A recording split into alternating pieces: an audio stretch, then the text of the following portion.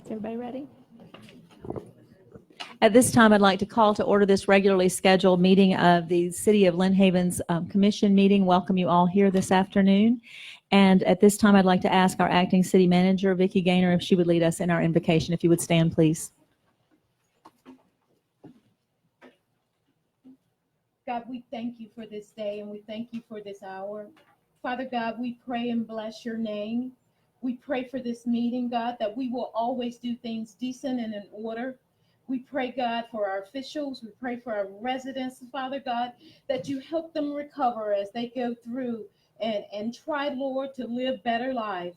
God, we pray and ask that you bless each and every person that's here today.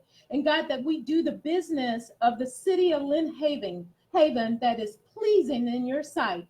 We give you all the praise and all the glory, for we ask it in thy son Jesus' name. Amen. Amen. Would you please join me in the Pledge of Allegiance to the flag? I pledge allegiance to the flag of the United States of America and to the republic for which it stands, one nation, under God, indivisible, with liberty and justice for all. Thank you. You may be seated.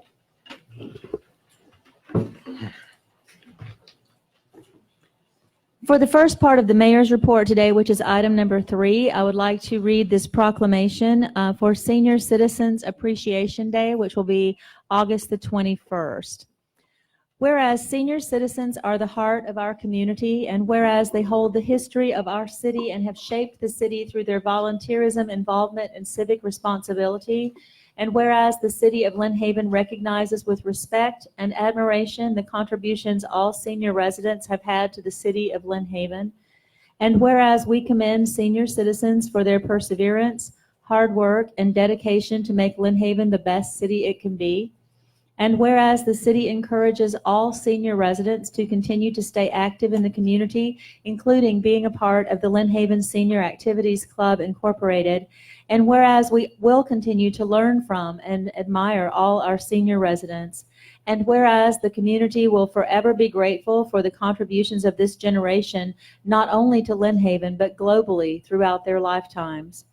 And whereas we join with the entire country in thanking all senior citizens on this nationally recognized day, and now, therefore, by the virtue and authority vested in me as mayor of the city of Lynn Haven, on behalf of the City Commission and all citizens of Lynn Haven, I do hereby proclaim August 21st, 2019 as Senior Citizens Appreciation Day, honoring all of our senior residents of Lynn Haven and recognizing all they contribute to our community on a daily basis. In witness whereof, I do hereby set my hand and cause the seal of the City of Lynn Haven to be affixed this 13th day of August 2019. And what I would like to do with this proclamation is hold on to it until such time as we have finished the renovations on the Senior Citizen Center, and then have it framed and presented there, if that will be okay with everyone. I think that would work out. To continue with the mayor's report, I just wanted to briefly go through, because we have a long agenda tonight or this afternoon. I did meet with Karen Napier and her family to talk about a possible purchase of the property at 801 Florida Avenue, which is on our agenda tonight, the old Department of Motor Vehicles. And then if you're old enough, you remember it was once the post office as well as in Lynn Haven. Item number 2, I did meet with the TPO on July 24th at the County Government Center, and we did talk about updates on funded projects and those which will be funded in the future. And I have a lot of information on that. If anyone's interested, I can meet with you privately, or you can come by and look through the data and the upcoming meetings. I met with Janet Walker and the acting city manager to discuss financial questions she had posed during the July 23rd meeting. We talked through those items, and I think came to consensus on her questions. I attended the groundbreaking of the first trailhead of our Rails to Trails project, and that trailhead was named in honor of former Commissioner Francis Witkoff, and that was a really great day. We had a great turnout. I attended the dedication on that same day of the Memory Garden groundbreaking at Kensall Park, and that was with the Compassionate Friends of Bay County. And this beautiful park is going to be completely built with donations they have collected, and is in honor of families in Bay County who have lost a child. And so that will be there amidst all of the playground, and it will be really beautiful. We're so happy to have it in Lynn Haven. I attended a meeting on August the 2nd at our EOC, our Emergency Operations Center, with county officials and with our acting city manager and with other Lynn Haven department heads, so that we could talk with the county officials about how we feel that Lynn Haven did in the aftermath of the storm, and to give our input about how we felt the EOC operated, how it was beneficial or not so beneficial to us. It was quite a discussion from 8 a.m. to almost noon, and I can also share those comments or results with you as well. I did share some of those on social media. I attended the monthly meeting with FEMA with our acting city manager for updates, questions, and discussion of our ongoing reimbursement process to the city for all of the bills and the bills that we've incurred since Hurricane Michael. I met with a representative and from our bond company that was approved at our previous city council meeting, and signed all the paperwork for the $30 million bond, which will be used to recycle all of the FEMA reimbursement money through and to help us to see the recovery of the city through. It was a very encouraging meeting. That money is now in the bank and has been set up into a special disaster relief fund. Again, we've made it a very separate account, which will be very transparent, easy for the public to see. We'll be doing probably monthly reports to the public on how money's being spent from that, how the reimbursements are coming in. And I think you'll be very pleased to see, probably by the end of September, that Lynn Haven's going to be in a very good place financially, considering all of the things that we've been through. And our acting city manager will be bringing you reports. And we had a very good meeting, and I feel better about our city right now than I have in a very long time. So I wanted to share that with you as well, as far as the financial stability. And also met with Mike Gordon of Mike Gordon and Associates, who is our building administrative temporary right now inspector, who's been working with permits and inspections of residential and commercial buildings for the last 60, almost 80 days now, and he's doing a great job. And I was just having a conversation with him to see how everything was going, and with the staff as well. And so I was very encouraged by that as well. And that completes the mayor's report. And I'll defer, start with Commissioner Perno today for the commissioner's reports. Thank you, Mayor. I think I attended a couple of those things with you. I know on the day we dedicated to Ms. Wyckoff, we went straight to Kensall Park for the Compassionate Friends, and I think we went over after that we went over to the Boys and Girls Club, and they had a dedication. I see Mr. Cullen back there, and they dedicated a new van that day. That was a very important day, but my report's just going to be short. I did have the chance last Thursday to attend our department head meeting. I was invited by the acting city manager, Ms. Gaynor, and I got to meet all the department heads in action in the room that morning, and it was very compelling to see them. And I want to give a heartfelt thank you to all the city employees and everyone who worked for our event of rain the last week ago Monday, and the things that occurred. It hurts to see any structural flooding, street flooding, or any people that just are somewhat reminded of the events of a year ago or almost a year ago, and to have that happen in one day and 1 hour, it just shows that it's not a good thing where we're at as far as the water table and things that have to be addressed with our stormwater and such. I know that our people reacted the best they could, and I just want to thank each and every person who was involved with that.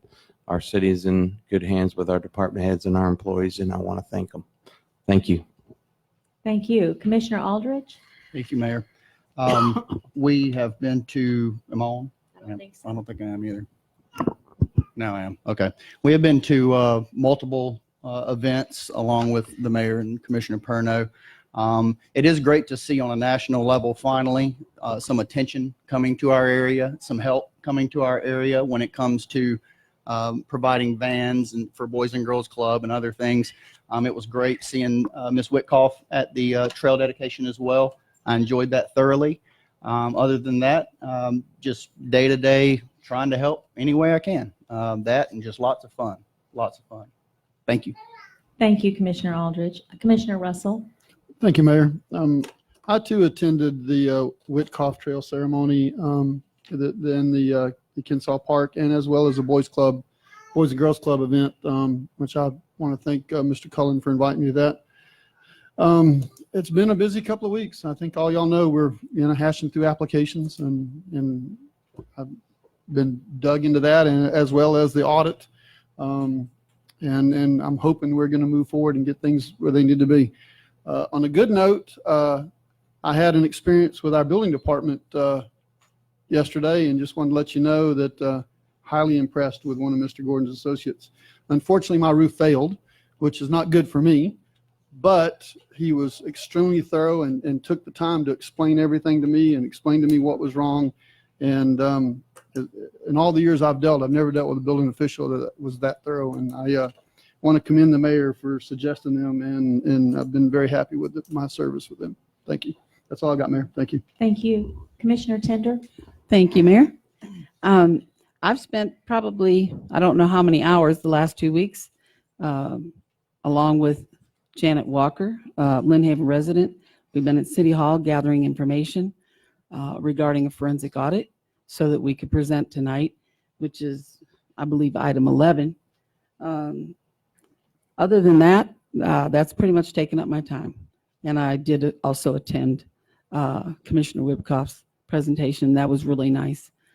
It was important to her family, and it was great to see her because it meant a lot to her, you could tell. And that's all I have. Thank you. Thank you. And if I may, I'd like to return to Mayor's report for just a moment because I did leave off an item. Our city attorney asked us if we could reverse the order of items 22 and items 24 on today's agenda, just for the flow of the information there.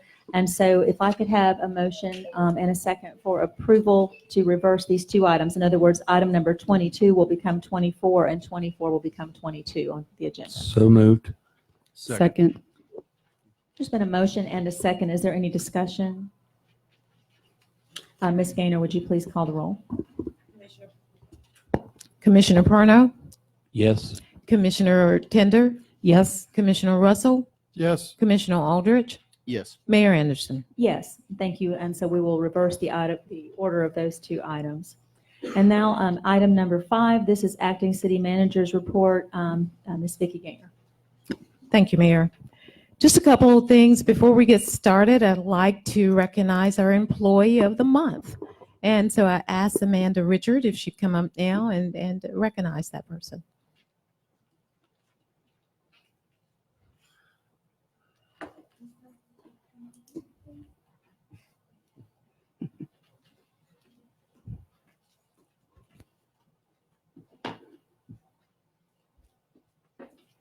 This is Lisa Swartwood. Lisa celebrates her 13th anniversary of working with the City of New Haven tomorrow. That would be her 13th consecutive year, as she has actually worked a total of 17 years for the city, having initially worked for the city for 4 years in the library from 1992 to 2000, but then left to move to another area for 6 years. She returned to the city in 2006, working in the water department before being transferred to the library for a time, and then on to the Department of Community Services.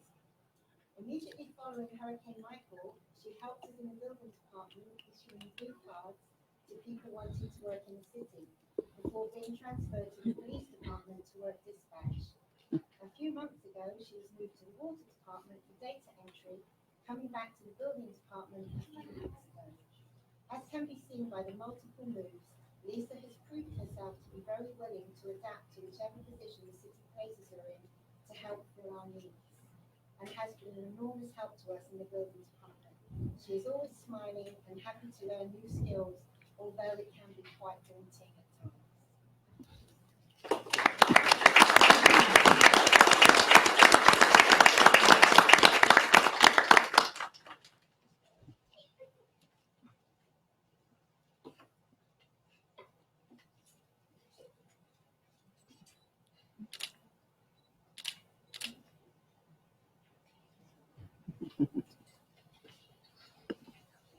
Thank you. Also, I'd like to welcome two new hires. They are our new budget manager is Shannon Scribner. Would you please stand, Shannon, wherever you are? I think you're somewhere out there. And our new IT manager, Graham Neves. Graham's over there. Secondly, I'd like to thank the Community Services Department and Public Works. As you know, we've had some really big rains that have come through in the past couple of days. These guys have been out working in the rain, in the storm to serve you citizens, and I thank them immensely. Also, I'd love to also thank David and his crew for getting the grass cut for our schools and making it look nice and pretty on your first day of school. So thank you very much for those two departments. As you can see, all of the employees do a lot. Some of it is not within their job duties, but I never hear them say that. They just do it because they love the city and they want to see the city succeed. Also, moving along today, we closed on the bond, as the mayor has mentioned to you. It's been a very long process, but we will move forward and get some of our haulers paid off. And I think that the city is in a great financial place, and thank God for it. There are a couple of bids that we have out and that are going to be coming open in a few months. In a few weeks. We have the roof replacement of the service center, the senior center, and the garden club. That bid will open August 19th. We did have to rebid that because the first time we had to reject some bids. So that bid open will be August 19th. The auditing services bid will open on August 20th. And then the RFP for the building inspector will be advertised this week. I'd like to say Mike Gordon is doing an excellent job. And with that said, I know originally we talked about maybe hiring someone else to help him. But I think one of the things that we are going to do is just kind of hold off until we see where we are financially and to see how Mike is doing. He is doing an absolutely great job. And when we put out the RFP, we don't know who we will get, but we do know that right now the person we have in place is doing an excellent job. And I want to thank Mike again for that. We had a pre-con meeting with NRCS. This meeting was so important, and I'll tell you why it's important. Because this was the meeting that we moved forward in terms of cleaning out the waterways and the ditches. They started today at Bel Air Estates and Pine Forest. I know we've had residents to come out and thank them. The haulers are out there moving trees, moving debris. This is a grant that we received, and we're very excited that our residents are going to get some relief from those clogged ditches and other places that are not helping water to move forward. We also have been working very hard with FEMA on reimbursements. We anticipate some reimbursements to come in very soon. We work with them every other Friday to go through all the project lists, and there are a lot of projects that we're working on, but we're making progress on each and every one of them. Of course, we work with Stan Tact, who was here earlier today to give you some information on the rate study, and they did a very good job, and there will be some decisions made on that either way in the next couple of months or next month or so. And then we met with the communications team. The communications team, and they're usually at these commission meetings, they put on all of our events. And we have some great events coming up in the next couple of months, and I want you to really come out and enjoy the events. Fall concert series will begin in September. We will have the September 11th Remembrance, and you'll see some other things that will be coming out. We'll have also Senior Day will be August 21st. And so thanks to our communications team that does a really wonderful job. And that's my report, Mayor. Thank you so much. Moving on to item number 6, which is the city attorney's report. Mayor, I would just like to thank Ms. Gaynor, Ms. Richards, and the code enforcement folks for coming out Friday. We had a review of our code enforcement rules and regulations and our ordinances. I think it went well, and I hope that the community will see a benefit from that. Thank you. And I also attended that meeting about code enforcement ordinances, and I learned a lot, and you did a great job conducting that. So thank you very much. I Thank you, appreciate Mayor. it. This brings us to item number 7, which is our public commentary. And if you are, I see a lot of people here that I don't always see here. I wanted to also remind you there are about 7 or 8 seats up front. If any of you would like to come and sit instead of sitting in the back, or just be comfortable wherever you are standing. But the way our meeting is conducted, if you have something that you would like to bring forward to the commission, you are free to do that. In just a moment, we ask that you use the microphone so that people who are listening at home can hear what you're saying and the commission's response. We also ask that you hold your comments to approximately 3 minutes, and there's a timer behind me to help you keep mindful of that. Also, as we go through our agenda, you will also have an opportunity to speak on any individual item that interests you if you'd rather wait and do your comments at that time instead of just speaking in general. So with that said, if there's anyone who has something you'd like to bring before the commission tonight, if you would please approach the microphone, and there you are. If you need some help to adjust it, maybe we can get, there we go. My name is Sue Hendricks. A few people in here know me. I'm with the Senior Center. Okay, I have one question. sure. When are we getting our center back? And we just had the meeting for that the last the 4th Tuesday in July. And as Ms. Gaynor was saying earlier, we have put the bids out for that, and we're waiting to move forward in that construction. It's going to be as soon as possible. I don't have an exact date for you, but the process has begun. Are we talking 6 months, 2 years, 5 years, Definitely 10 not years? 2 years. 2 years. Definitely not 2 years. Within this year. Because we are losing, we've lost some of our seniors, and we're losing more all the And time. we are And a so lot of it aware. has to do with they've got nothing to do, and they go in their homes and they die. We need a place, and it's very important. The seniors will agree with me. This is very important to And us. we had a very productive meeting like I said, 2 weeks ago with all the seniors here giving input. And we anticipate having that done as quickly as we can. It had extensive damage, and we had to go through the process of insurance and FEMA reimbursement, and you can't start until all of that's approved. Right. So we're moving as quickly as we possibly can, and I wish I could give you a date, but it certainly won't be 2 years. Thank you. You're welcome. Is there anyone else? Come on up. I'm Karen Napier, and we are number 14 on the agenda. But I think your meeting will flow more smoothly if perhaps we go ahead and speak our piece right now. Okay, that'll be fine. Yes, we have slightly fallen in love with that old building on Florida Avenue. We are not naive. We know the condition that it's in and what it will take to fix it. We've even had someone up on the roof.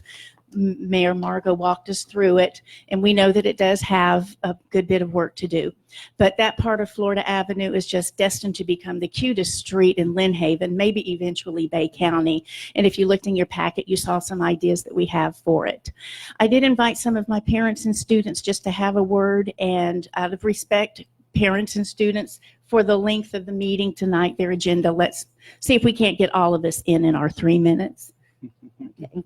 And if you want to just form a line and speak as you wish, I'm glad to see all of you here, and I'm certainly delighted about your. I'll make it quick. My name is Judy Lindberg. My 3 grandchildren have been dancing with Katie and Karen and her family. It is the most amazing dance studio ever. The storm. I never thought they would have a recital. I never thought they would dance. And it almost brings me to tears that they are the most wonderful people that you could ever meet. We need this dance studio. Please help them. Thank you.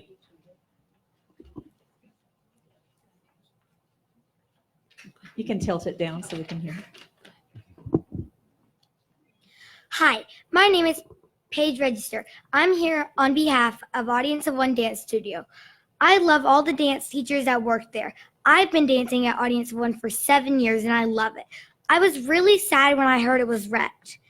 I was worried about the dance studio, if we would have a place, but we have a place to stay, but we can't stay there forever.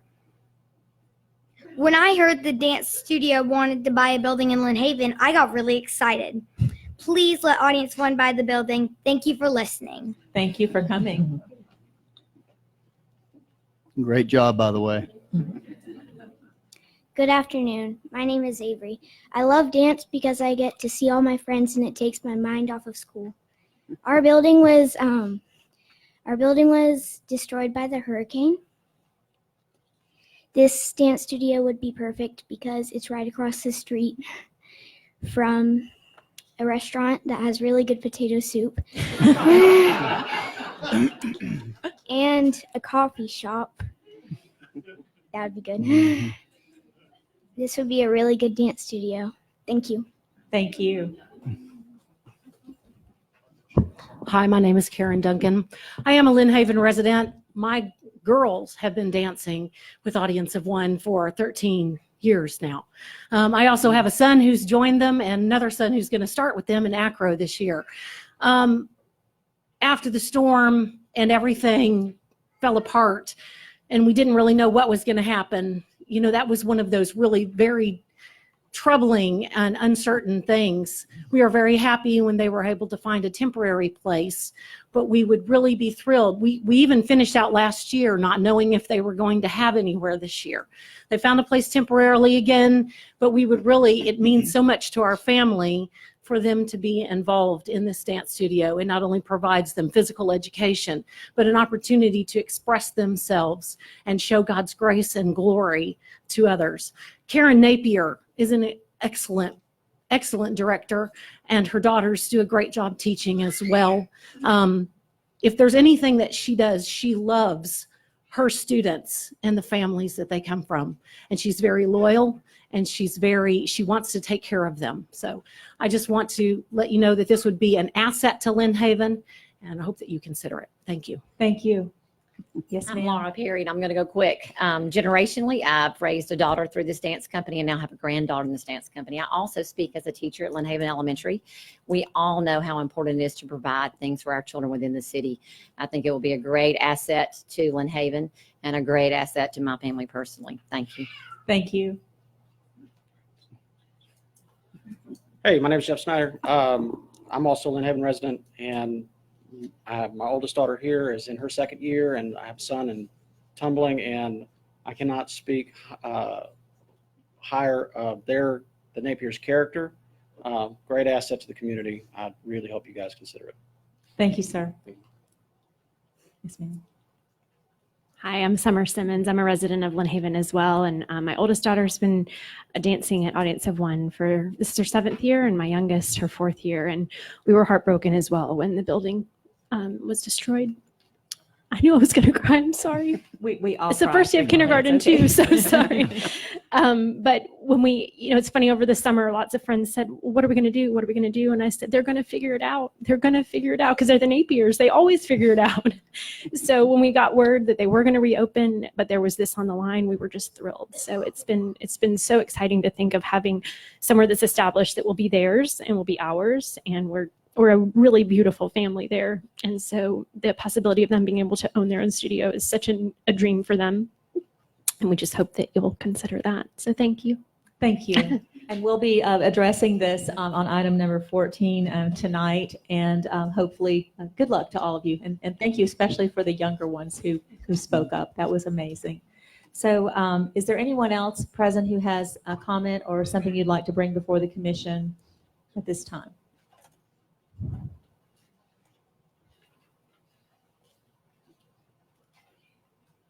Hello. Hello. I'm W. David Cromartie, 1315 Wisconsin Avenue in Lynn Haven. I've owned and lived at this address for over 45 years now, and that is until Hurricane Michael completely destroyed my home. But today I come before the city to say that I am qualified to be given a grant of variance. The existing code would not permit me to rebuild my home due to a difference of 5 feet. The grant of this variance would be in harmony with the general intent and purpose of the Universal Land Development Code, and that such variance would not be injurious to the area in which I live or otherwise to the public welfare.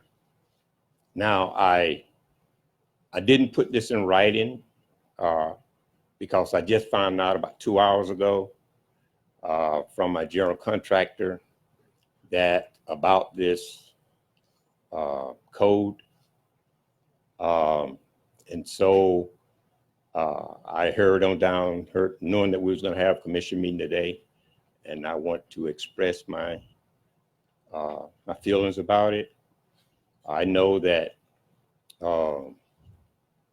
they are not leaning or giving up too much ground on codes, but I simply want to say that but for Hurricane Michael, I would still be in my home. And the plans that I had drawn up was the same square footage, size, almost identical.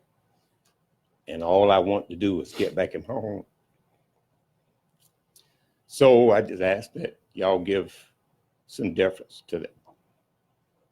Thank you, sir. Thank you for coming out. Mayor, may I? Yes. Sir, could you give me your address one more time? 1315 Wisconsin Avenue. Thank you, sir. Okay. Right now, just dirt there because everything else is gone. Mr. Cromartie, if you could, I don't know if you plan to stay for the whole meeting, but if not, if you could either call or come by our city administration building on Pennsylvania and meet with acting city manager Vicki Gaynor, and let's see what we can find out as far as more information and how we can be of assistance to you. Okay. Thank you so much. Okay. Is there anyone else who'd like to address the commission this evening? Okay. I didn't miss anybody, right? Okay, that takes us past public commentary then to the consent agenda. This is item number 8, and this is the minutes from the regular meeting and the special meeting from July the 23rd and also on the 30th. Is there a motion for approval? So moved. Second. There is a motion and a second for approval. Is there any discussion from the commission? Appears to be none. Any discussion from the public? Appears to be none. So, Ms. Gaynor, would you please call the roll for approval? Commissioner Russell, Yes. Commissioner Tender, Yes. Commissioner Perno, Yes. Commissioner Aldrich, Yes. Mayor Anderson. Yes, so the consent agenda stands approved. Moving to item number 9, the second and final reading, this is old business, I'm sorry. The second and final reading of ordinance number 1077. This is requesting a small-scale future land use map amendment, SSA-19-2, low-density residential to mixed use. Action is required, and this is a public hearing, and I'll need to state the time of the beginning, which is 4:34 p.m. Central Time. And because this is a public hearing, first I'll ask that we read for the second reading ordinance number 1077. You have that, Ms. Gaynor. An ordinance for providing for the adoption pursuant to Chapter 163 Florida statutes of a land use change from low-density residential to mixed use for an approximate 4.5 acres of property located at 4506 Hilltop Lane in the city of Lynn Haven, Bay County, Florida, repealing all ordinances in conflict herewith and providing an effective date. Is there, well, first of all, is there any public commentary? I'm sorry, this is a public hearing. Does anyone have anything they would like to say about this particular ordinance? Mayor, are you including the commission? Well, the public okay. first. Okay. And there appears to be no public commentary. Commissioner Russell, did you have a comment? Yes, Mayor, if I may. I did had just one question. Mr. Walker had brought up a discussion about a discrepancy in the minutes about being a development order versus a land use change. I just want to make sure we straighten that out before we move forward. Yes, sir, we did. I thought that was already taken care of last, right? We had to bring it back to. I got you. Okay. So I would defer to city attorney at this point. It's been corrected. That's It was what- simply a typo that's in the what I meeting thought we- minutes from Okay. the planning board. Okay, I apologize. It's been I was addressed confused. and now it's back before the commission for consideration since we've clarified that issue. Okay. Thank you very much. Is there any other discussion from the board? There appears to be none. Is there a motion for acceptance? So moved. Second. There's been a motion and a second. Ms. Gaynor, would you please call the roll? Commissioner Russell, Yes. Commissioner Tender, Yes. Commissioner Perno, Yes. Commissioner Aldrich, Yes. Mayor Anderson. Yes. So this public hearing is closed at 4:36 p.m. That takes us to item number 10, This is the discussion and approval of the city manager selection process. And the city attorney had asked this evening that each commissioner and the mayor have a list of 5 from the 50 applicants for city manager, so that he could narrow down the list and go from there. I wanted to explain, because when I handed him my list, and I just wanted to make a few comments and hope that we might consider going forward with this. I only submitted one name. I did not submit 5 as the city attorney asked. And I submitted the name of our acting city manager, Ms. Vicki Gaynor. And I had a reason for doing that. In fact, I had several reasons for doing that. Vicki has been the deputy city clerk for some time, and she was here in the days following the storm.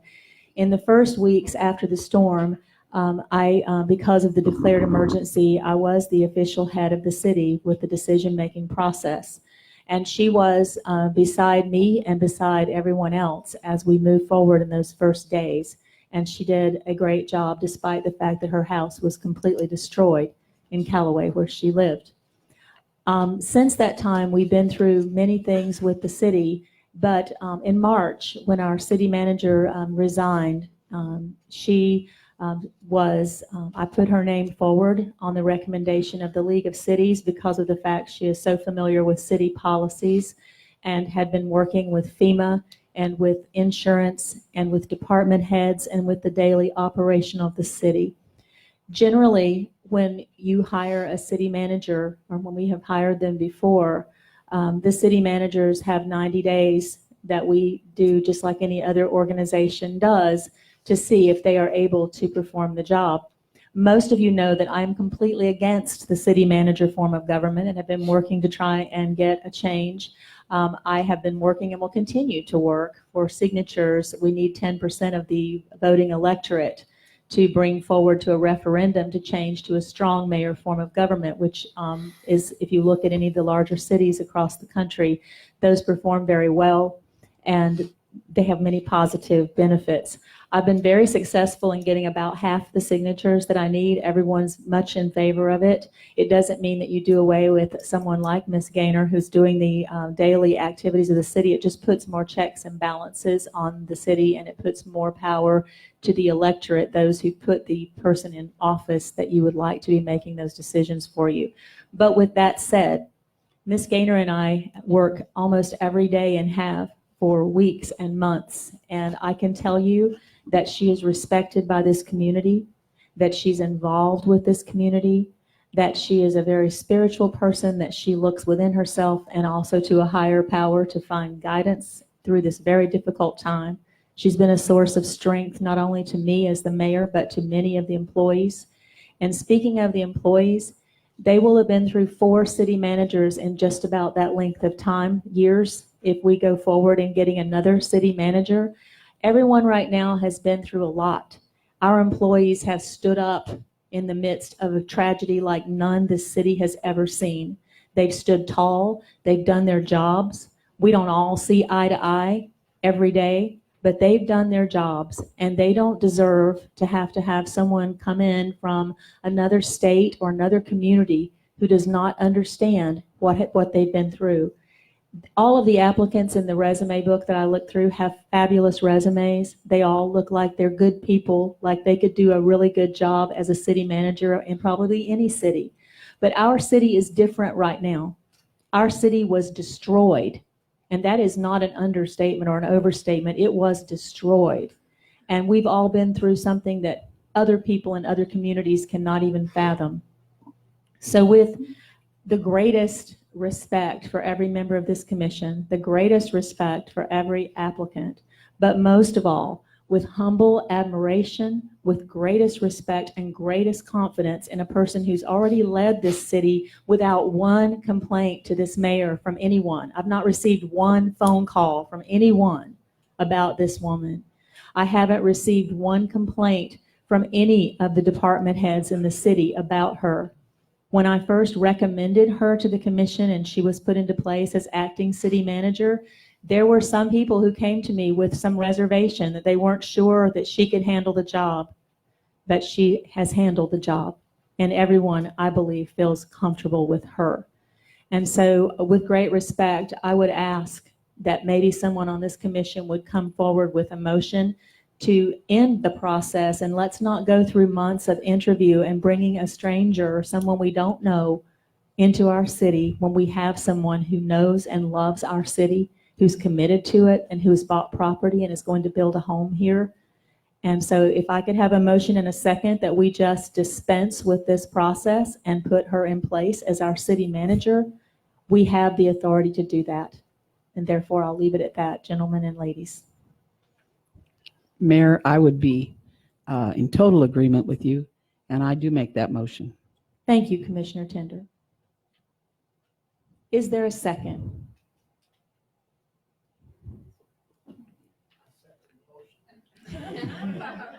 Mayor, if I may speak to this for just Yes. a moment.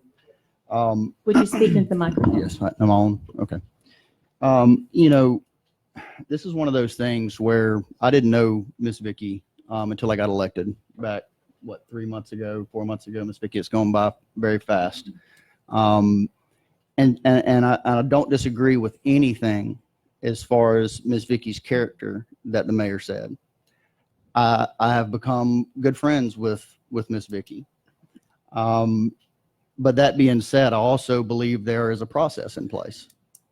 And I believe that as much as emotionally I may like someone, logically and with the process in mind of other people that have expended time and resources, and including this commission and mayor that have expended that time and resources, I think it's proper for us to go through the channels of due process in this whole series. And again, that's coming from somebody that Miss Vicky would attest likes her a lot. Okay. But we have to make sure that there are processes in place for a reason. And I think we need to make sure that we're staying within the guidelines of where we're going, not just for ourselves, but for future, for posterity. Thank you. Thank you, Commissioner Aldridge. And since I brought it up, I would just respond with, there is no set process for hiring a city manager.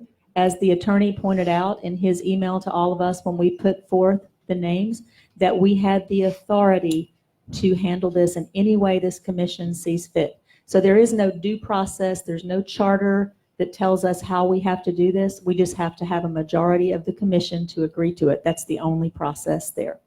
So there is no due process that we're going around. So just to clarify that. Well, the process was 5 names per commissioner and mayor to come in. That was the process. Well, that's a process that we as the commission agreed that we were going to do. Right. But as I was going through and trying to follow that process, this was what I thought. And so I wanted to bring it forward. And I do respect your opinion. I just wanted to point out that we're not locked into any process. Okay. Thank you.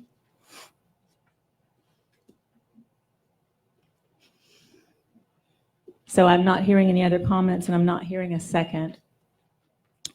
Mayor, if I may, Yes. I would also like to, and of course, we just all turned in our names to the city attorney, and I too only turned in one, and that was Vicki Gaynor.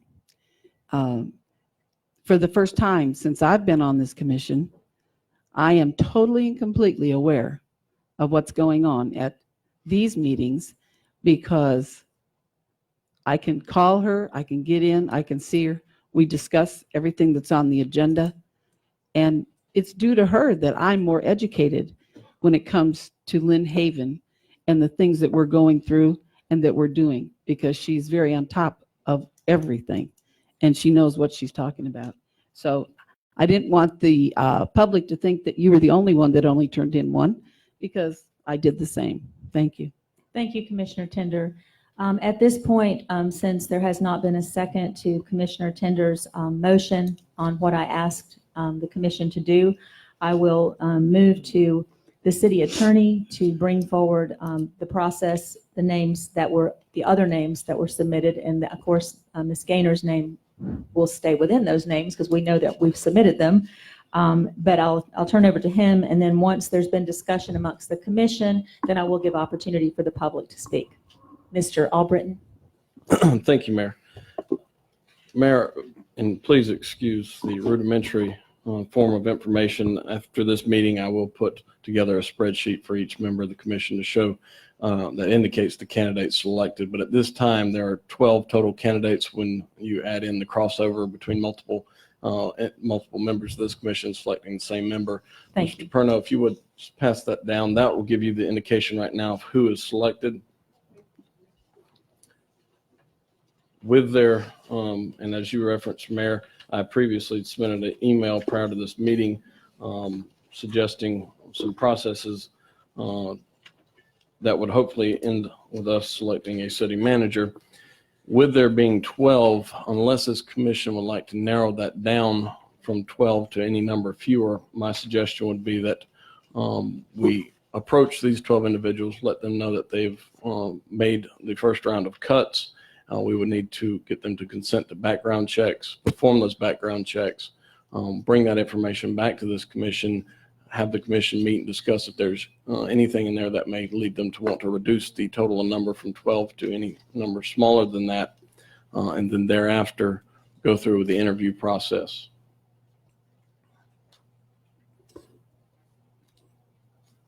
So is there a motion from the commission regarding this list? Mayor, if I may, Yes. Motion or discussion? Well, we need a motion on the floor for discussion. Okay, I make a motion that we And add. if I may interrupt you just for 1 second, you Yes, can ma'am. make a motion just to have discussion if that's what you want your motion to be. We just have to have a motion on the Yes, ma'am. floor. Thank you. Yes, ma'am. I'll make a motion that we move forward with the background checks for these 12 individuals, being that we originally said that we were going to try to narrow it down to 15. So we're less than 15. So my motion is we move ahead with the background checks on these 12 men. Thank you. Thank you. Is there a second? I'll second that. Yes. So there's been a motion and a second that we move forward with background checks on these 12 individuals. Is there any further discussion from the commission? Is there any from the public? Ms. Tennell? I'm Libby Tennell. I'm the oldest member in Lynn Haven. I was born and raised here. And the last few city managers we have been a disgrace. And this lady is wonderful. She knows what she's talking about. And I think y'all are just some of the good old boys. And I wish you hadn't have been elected. Is there anyone else who would like to speak? If we could save applause and try to continue. Is there anyone else who'd like to speak? Yes, Mr. Robitaille, if you'd like to speak from where you are, you may, sir. Thank you, Madam Mayor.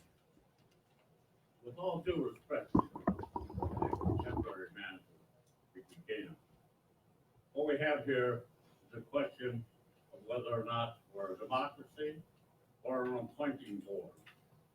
I think Ms. Gaynor can hold her head high among all the applicants. And I think if she's the best of the applicants brought to Lynn Haven, our commission will decide that. But for our mayor to try to sidetrack us in some kind of special hoorah cheerleader thing is improper. I feel Ms. Gaynor can hold her own against them all. But I don't believe that we should try to have a whole new program here, just because our mayor wants it. Thank you, Mr. Robitaille. Is there anyone else who would like to speak? Yes, ma'am. I'm Jody Moore, 2129 Amherst Street. I just want to say I've actually met Vicki and, had different interactions with her at different programs that we've had. And she's wonderful, but I also agree with the commission. I think attacking you guys is not a good idea.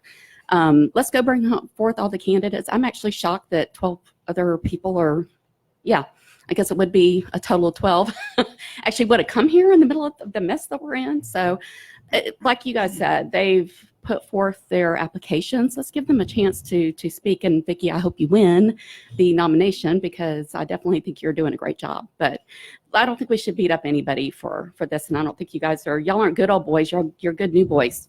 Thank you. Is there anyone else who would like to speak? Yes, ma'am. Shelley Berry, 1721 Illinois Avenue.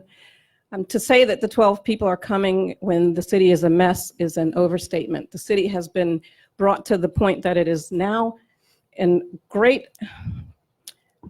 because of Vicki Gaynor and the group that works with her. So to say that they would be coming when the city is in shambles is not the truth. Look around and see how far we have come since October 10th and see who brought us there, and consider that when you consider those other people against the person who has already done the most work. Thank you. Is there anyone else? I don't think I see any other comments. And so with that, Ms. Gaynor, would you please call the roll for the background checks on the 12 individuals that are listed? Commissioner Russell, Yes. Commissioner Aldridge, Yes. Commissioner Perno, Yes. Commissioner Tender, Yes. Mayor Anderson. No. Is there any further discussion?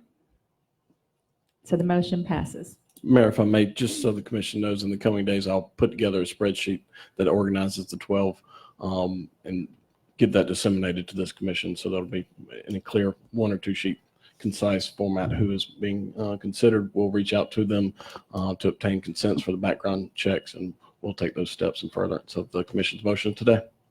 Thank you. Moving on to item number 11, and this is the discussion and possible approval of a forensic audit. And I believe Commissioner Tender, this is your item. Would you like to speak to this, please? Yes, please. If I could ask the commission to indulge, like I said earlier, I asked Janet Walker if she would sit with me and gather information at City Hall from different files and things of that nature, because I feel the commission was possibly hesitant on voting for a forensic audit the last couple of times because they didn't feel that there was enough content possibly. I'd like to first say that neither myself or Mrs. Walker are auditors. We just simply looked through files, read the information, and drew what we saw. And that's all we're going to do, is present to you what we saw. We're not saying anybody is guilty of anything or anything of that nature, but we have it in black and white. So, and with that, I have to say, since the last meeting, it's been 2 weeks. We have been down there both Mondays, most all day, and any time that we could get down there after and before work and things of that nature. Just recently, in the last 3 days, an article came out from U.S. Attorney Larry Keefe. And I had to kind of chuckle because Ms. Walker and I have already done a lot of research, and then all of a sudden this article appears. If you got, it should be attached to your packet behind your agenda, but I would like to just read it really quickly if I may. It says, U.S. Attorney Larry Keefe has formed the Public Trust Unit to investigate corruption cases in North Florida District, which runs from Gainesville to Pensacola and includes our area. That very small group that serves for their own illegal benefit or profit, and those who illegally seek to influence them, will be the targets of our work in the Public Trust Unit, Keefe said. Keefe's new anti-corruption unit has set up shop on the 3rd floor of the federal courthouse in downtown Tallahassee. Besides U.S. prosecutors, the teams include FBI and the IRS agents, as well as members of the Department of Justice's Public Integrity Unit. Keefe announced the new effort Tuesday, immediately after former Tallahassee Mayor Scott Maddox and his business partner pleaded guilty to their own involvement in a pay-to-play bribery scheme. He believes Maddox is not an isolated case, but he's reluctant to elaborate on any additional cases or if the Lynn Haven investigation is part of the caseload. We would not be establishing this Public Trust Unit and doing all the things I am telling you about today if we were not pursuing all sorts of leads in all sorts of places that I simply can't share with you right now.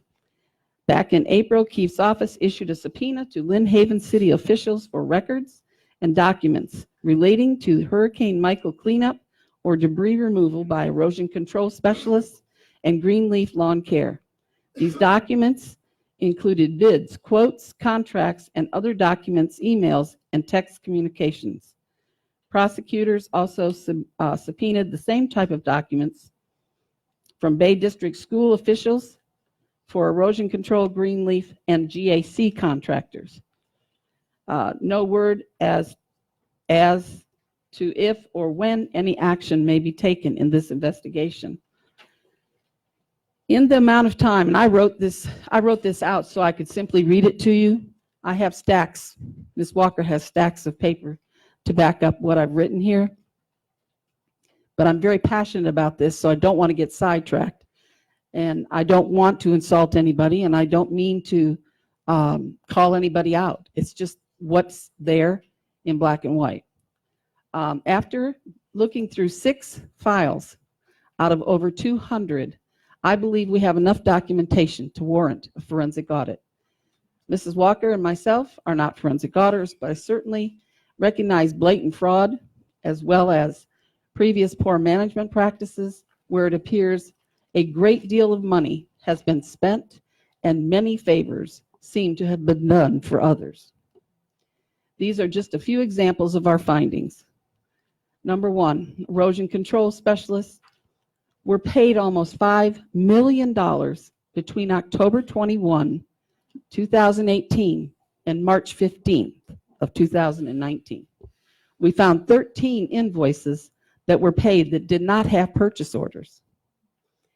This included a paid invoice dated December 19, 2018 for $28,978 for clearing debris inside Osceola Point, which is a gated community and private property. These invoices were approved by Michael White and David Horton. Every time sheet included the average of 25 employees. Every employee signed in at 6 a.m. and all signed out at 5 p.m., 7 days a week. There were no lunch hours documented for this time, and the city was billed $65 per person per hour. Billed 65. One employee at Erosion Control was seriously injured in early December at Sheffield Park because a tree fell on him. His name reappeared in January timesheets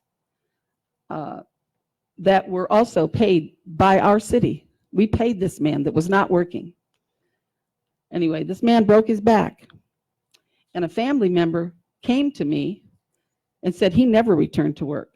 However, they kept paying him on the payroll, and the city paid that payroll. Number 2, our previous city manager, Joel Schubert. Mr. Schubert sold 1.282 acres of partially waterfront property that once belonged to the Lions Club on Iowa Avenue. Mr. Schubert sold this property that was appraised at $535,000 to Alan Bentz for $329,000. And then last year gave him an easement. We voted on it. We gave him an easement to the same property absolutely free. Number 3, Greenleaf Lawn Care was brought on board for city lawn care in September of 2017 with the low bid of $123,707 for a year's service. We have paid them $294,281 this past year alone. A manual check was cut to Greenleaf in November of 2018 for $66,000 for hurricane cleanup. Their original budget for fiscal year 2018-2019 coming up was $451,051.36. That's how much we were going to pay them in this next year's fiscal year. And with the 10 items eliminated, that, by the way, were eliminated by our acting city manager. She eliminated 10 of those items to cut back on that cost. It is now at the 294. And we hired them less than 2 years ago at $123,000 a year, and it's at 294 now. As a side note, I feel that our city spends a lot of extra money with Panhandle Engineering on things that could be done by our employees. For example, we paid Panhandle Engineering $4,734 to call and ask for an appraisal on a piece of property that Mr. White was interested in for our new city hall. The actual appraisal was $3,900. Panhandle Engineering's cost to our city is $195 per hour for Mr. Forehand services, or for Mr. Forehand services. Whatever that may be, this includes attending meetings on our behalf. I feel that our tax dollars would be better spent if we would consider an in-house engineer, and I have brought this up before, assigning some of these phone call duties to be performed by our employees. These are just some of the things we found. And of course, like I said, it was only 6 files out of 200. Mrs. Walker, as a tax-paying citizen, and she happens to be a number guru. The woman can find numbers and add them up in her head. But she would like to explain a few things that she found that we think the taxpayers really need to know. So if you don't mind, Ms. Janet? Commissioner Tender? Yes. If I may, the protocol Okay. would be a little different. The commission would need, I'm trying to think, I think I was going to defer to attorney. If Commissioner Tender is bringing forward this information and she is asking someone who's helped her to find it, is that allowable without commission approval? I'm just asking. I want to make sure we follow the decorum. Mayor. I need guidance, sir. Mayor, anybody that speaks must be approved by you first. So in that case, if it's an audience member or a vendor or anything of that nature, Ms. Tender would need to look to the mayor to recognize that individual and allow them to come speak at this point in time. And Ms. Tender has already asked for Mrs. Walker to be able to present, and so I will allow it. I would ask if you can sort of like Ms. Tender, keep the comments as brief as possible and just, go through, make sure you give the information you want to give, but do it as succinctly as you can. Yes, you may. This will assist you in following what I'm going to speak about. There's 2 separate sections, and I'll try and do them. Maybe what I feel is the most important first, and you can tell me to sit down. I'm not going to tell you to sit down. I just need you to be because of the length of tonight's meeting and the agenda. I'll go through the first bundle first. Okay. If I could sit down, then I can. Yes, ma'am, you may. And if you can adjust the microphone, sure. If you look at that first bundle I gave you, there's a big handwritten example A. Can you lift the microphone? She's adjusting the microphone. There's an example A written there, if you see that. This is a specific company that the city deals with very regularly, and they itemize their projects by the top right-hand corner. It says invoice number 14385-D03, if you're following me. And if you look down there, it says C, construction phase, and it says 6% of $400,000 is $24,000. If you're following, We're with you. Okay. Go up to the next page, and it says example B, and it says construction phase, and it says $29,400. So you can see that there was a mistake from one invoice to another invoice on the same specific project. Okay. You can just Okay, continue with the okay, information, great. Ms. Walker. Then your second one, same company. It has a big B at the top. The first line says design phase, $7,500, and there's $1,500 brought to the right in the payment column. Go to the second page of that same project, and you see where it says design phase, $7,500, 100% complete, $7,500. So they paid $1,500 on the first page, of what appears to be from the $7,500, But on the second page, they paid $7,500. So therefore, according to what I see, they paid too much, $1,500 too much on that. Then you have the same company. Oops. Excuse me. No. The same company again. You don't have an example of it there because it's many, many pages long.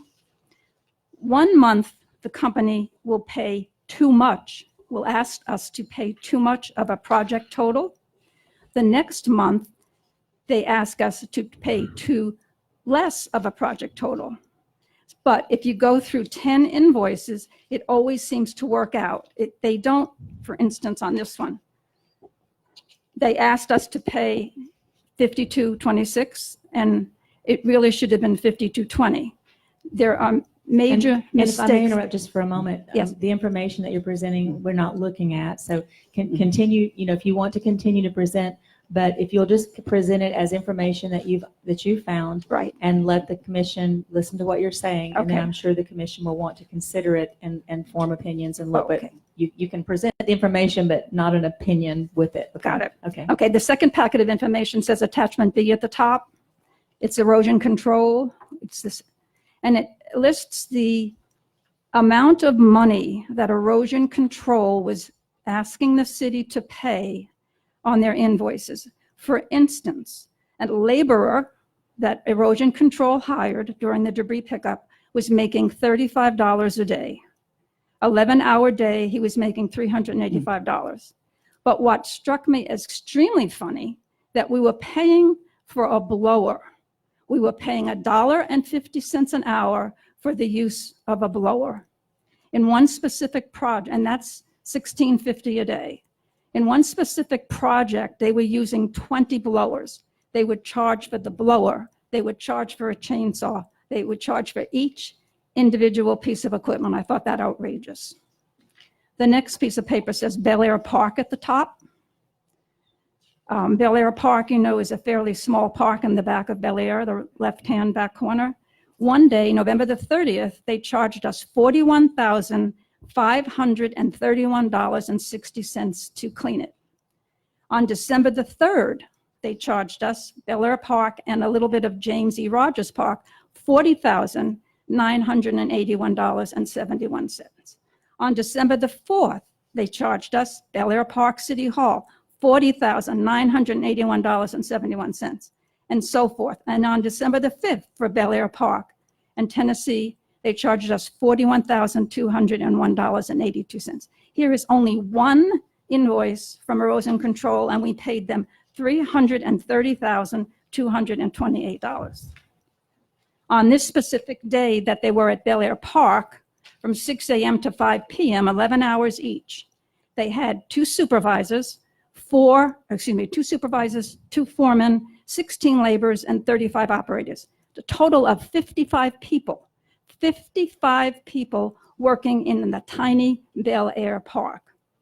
They had a project executive and assistant project manager for one day cleaning up Bel Air Park, $41,531. They charged us 6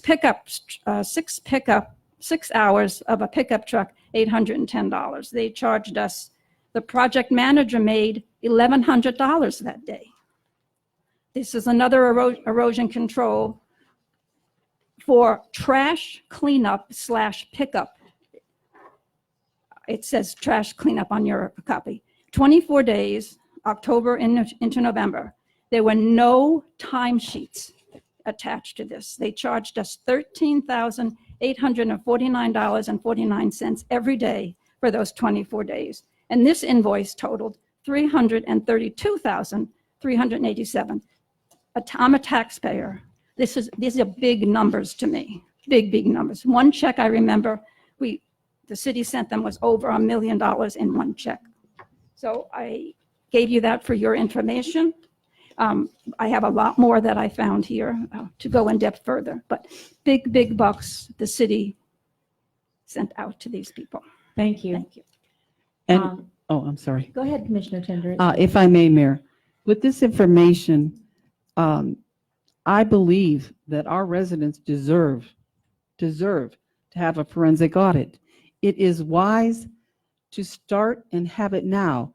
We know there's an investigation going on. We sure do. But why don't we clean up our backyard and be responsible and transparent? Because we know that's what it's going to take to make us do the things we're supposed to be doing and to keep Lynn Haven the city that we want it to be, and that it is. It just has become misguided. I don't know what's going to happen with all the other agencies, but I feel like it's our responsibility to our residents to go forward with forensic audit. And I'm making the motion to do so. Commissioner Tender has made a motion, and she's looking for a second. If you want to make, we can discuss without having a second because I've allowed it with an audience member. So if you're just wanting to ask a question, I'll allow it. Yes. Thank you, Mayor. I guess the question I have, Commissioner Tender, is there was kind of a disconnect. Commissioner Aldridge, if you can get on your microphone. There was kind of a disconnect to me in my mind because we started off the conversation basically saying the federal government is going to come in, or they are here doing an audit, right? They're not doing an audit. Well, I don't believe they're doing an audit. We need to go back about 5 years to clean up. Right. Lynn Haven, I believe they're here. But we don't know is what I'm saying. That's my point. I mean, Right. if they're out, you're right. The taxpayers do deserve to know what's going on, but the taxpayers also don't want us to throw away a bunch of money if we spend the money and then 2 months later, the federal government turns around and says, look at all these documents we found over the last 10 years, and this is what's going on and this is what's wrong. I just don't want to put the old Southern cliche, the cart before the horse, I guess. And I'm just talking out loud. I'm not agreeing or Gotcha. disagreeing with anything. Gotcha. I'm just talking out loud so we can discuss this. But, well, just wanted to put that out there. Right. And I can appreciate that, but I have to say, we've already lost millions. We have thrown away millions. And it's not just one person to blame. A good portion of it, in my opinion, but that's just my opinion.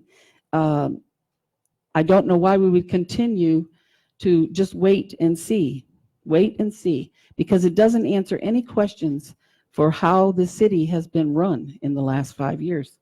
It doesn't. And like Mrs. Walker pointed out, I know that the acting city manager now has a few things in place. She's trying to cut back and save the city some money. And she's got people in place to double check things of that nature. But you know something? It's not what's going on here. And I almost hate to say it, but I believe it. What's going on here is all the favors that are being done for people to get them where they want to be. And to me, that's just not right. It's just not right. And I think this kind of thing needs to be looked into by a professional. I do agree the FBI is here. I agree IRS is here. And I think a good number of people know all that. But they're not here to do a forensic audit. They're here to snatch up people and put them in jail, I assume. But I don't know the answer to your question, sir. Thank you. Mayor, may I? Yes, Commissioner Russell. And I think I've said before that I'm not against. Could use the microphone closer, please. Thank you. I'm sorry, Mayor. I think I've said before, I'm not against a forensic audit. I'm just scared of the numbers. I mean, do you have a ballpark on how much you'd like to start off spending, to start this thing? I mean, we're hearing $300,000, and I'm scared to spend that kind of money. But I'm not opposed to us moving forward if we put a cap on how much we're willing to spend. I don't have a problem in the world putting a cap. Let's put a cap of 300,000 and come back to the commission and explain what they have found up to that point, because I think it's going to be horrendous. So you're willing to spend $300,000 for a forensic audit? I sure am, because, when we talk about this ball field in a little while, we could certainly take it out of that money. Well, I would be completely against that. I know. Commissioner Tender, I do not, as the mayor, I can't make the motion without passing the gavel, which I'm always hesitant to do. But I will express, as you have heard me do many times, when I was elected mayor in 2015, that was the first thing that I asked the commission to do, was a forensic audit. And I asked for it more than once and was never able to get that done. I would also make the comment, though, that many of the figures that you listed tonight and invoices, this is not the first time I've seen them. And I'm well aware of some of the things that you brought up tonight, but will not comment on them because of the fact that there's an investigation going on. But with all due respect to Commissioner Tender, some of the things that she mentioned were prior to the storm. They were even years ago. And, I don't see anything wrong with her request in light of what she has proposed. But it will take a second. I could pass the gavel and second the motion, but without your being able to get a second from someone else, the likelihood of 3 votes is not here, I don't believe. And so I hesitate to pass Mayor Pro Tem my gavel. Mayor, if I may? Yes. If the mayor, or if the commissioner would consider amending her motion to not spending more than $100,000 and start with all invoices since Hurricane Michael, I would be willing to second that, and we can move forward that and have it, if they find something, bring it back to the commission to spend extra money if necessary. If she'd be willing to amend that motion, I'd be willing to second it. Commissioner Tender? Wow. This is like playing poker. Are you bluffing or are you not bluffing? No, ma'am. No. I promise you that. The one thing, I have no problem with the 100,000 and coming back, but I certainly think it needs to go back beyond Hurricane Michael. It does. It's got to go. I don't want to just skim the frosting off the cake. I want to get down to at least the first layer of the cake. And based on what we find, maybe we're going to go all the way down to the plate. Mayor, if I may? Yes. Then how about we consider amending it to starting now, moving backwards and not spending more than $100,000, present the results to us to show there's impropriety before the commission moves forward with anything more than $100,000. I'm all for that. And I would second that motion, Mayor. So there's been a motion and a second that we would proceed with a forensic audit, starting with the present and moving backward until we reach the cap of $100,000. Was that what you said, Commissioner Russell? Yes, ma'am. Thank you. Is there any discussion from the commission? There's no more discussion from the commission. Is there any comment from the public? And if you would keep them brief, please. Mr. Robitaille. I don't like the way you're trying to cheat this up, Commissioner Russell. I don't like this at all. Mr. Robitaille, if you direct your comments to the mayor, please. Thank I you. don't like the way you're trying to cheat this up. There's only one way to go here. That's the state audit. Quit playing games here. Go for a state audit. They're honorable people. They'll tell us the truth. And they don't care how much you think it's worth. The truth is the truth. And the state will tell us that. So don't try to cheat us out of this game. You can take 10% of what you've lost in the last 4 years and pay whatever the state will charge you. What's the problem here? Why is everybody so afraid to find out the truth here tonight? They aren't even accountants, and look what they came up with. And you said, oh, I want to cheap it out for $100,000. Come on, let's act like adults here. Is there anyone else? Mr. Walker?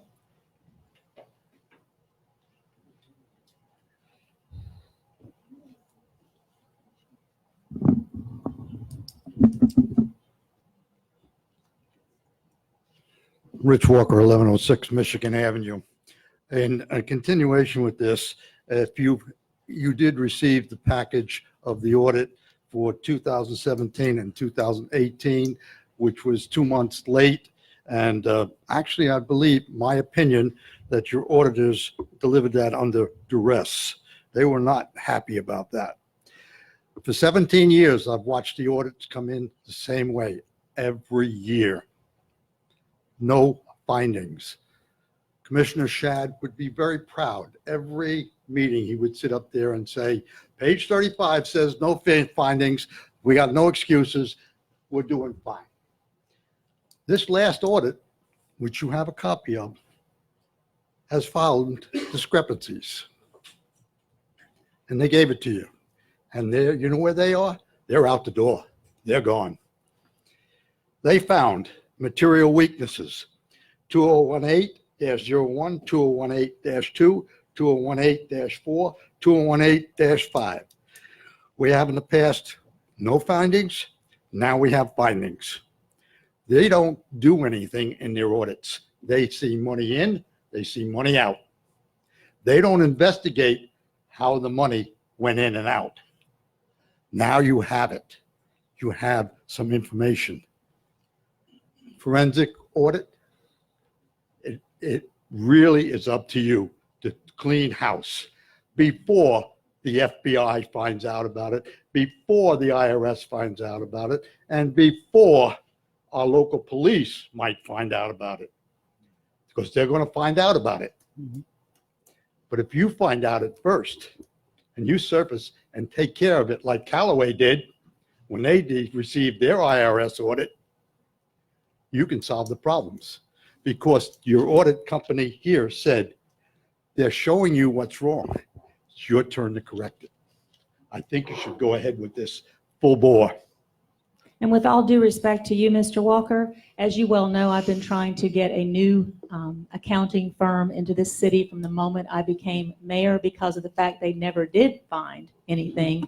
And perhaps the reason that they found something this time is because they realized they were fired. So, please don't make it sound like they found something because suddenly something's wrong. That's my comment to that. Is there, and Mrs. Walker, I'd like to defer to someone else if you don't mind, since I've given you the floor. Is there anyone else who had a comment? And since there is no one else, please, Mrs. Walker. Or did you have, I'll come right back to you, ma'am. I'll come right back to you. I just want to thank Commissioner Tinder to let me assist her, but as a taxpayer, looking at these numbers, it was frightening to me to see the bills that were coming in and that we were writing $527,000 checks, $1,288,000. That, to me, is a huge amount of money for the city our size, because we are paying for it out of our pocket. Thank you. It is a huge amount of money, and before the debris hauling is complete, it's 30 million is about what it's going to add up to being, and that none of that is other than that's just what the bills are. As to how they were paid or whether they were paid appropriately, that remains to be seen. Is there anyone else who wanted to speak?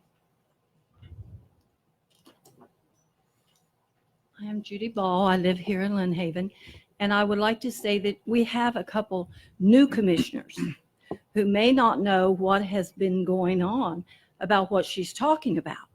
And I agree with Judy 100%. You talk about spending money. We've already spent it. So why not go back and investigate so we don't continually do it? I think the audit is a great idea. Thank you. Thank you. Is there anyone else who'd like to speak? Yes, ma'am. I just want to say, I think that the commissioners have a good compromise here, and it's a good starting point. It probably won't be the end. So if the whole commission will vote on it, I think it's a great idea, and I hope you guys do vote for this. We need some truth, and we need these things to come to light.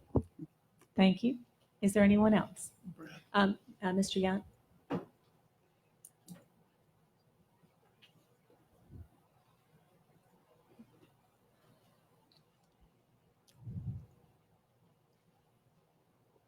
Brad Yunt, 210 Lakeview Terrace.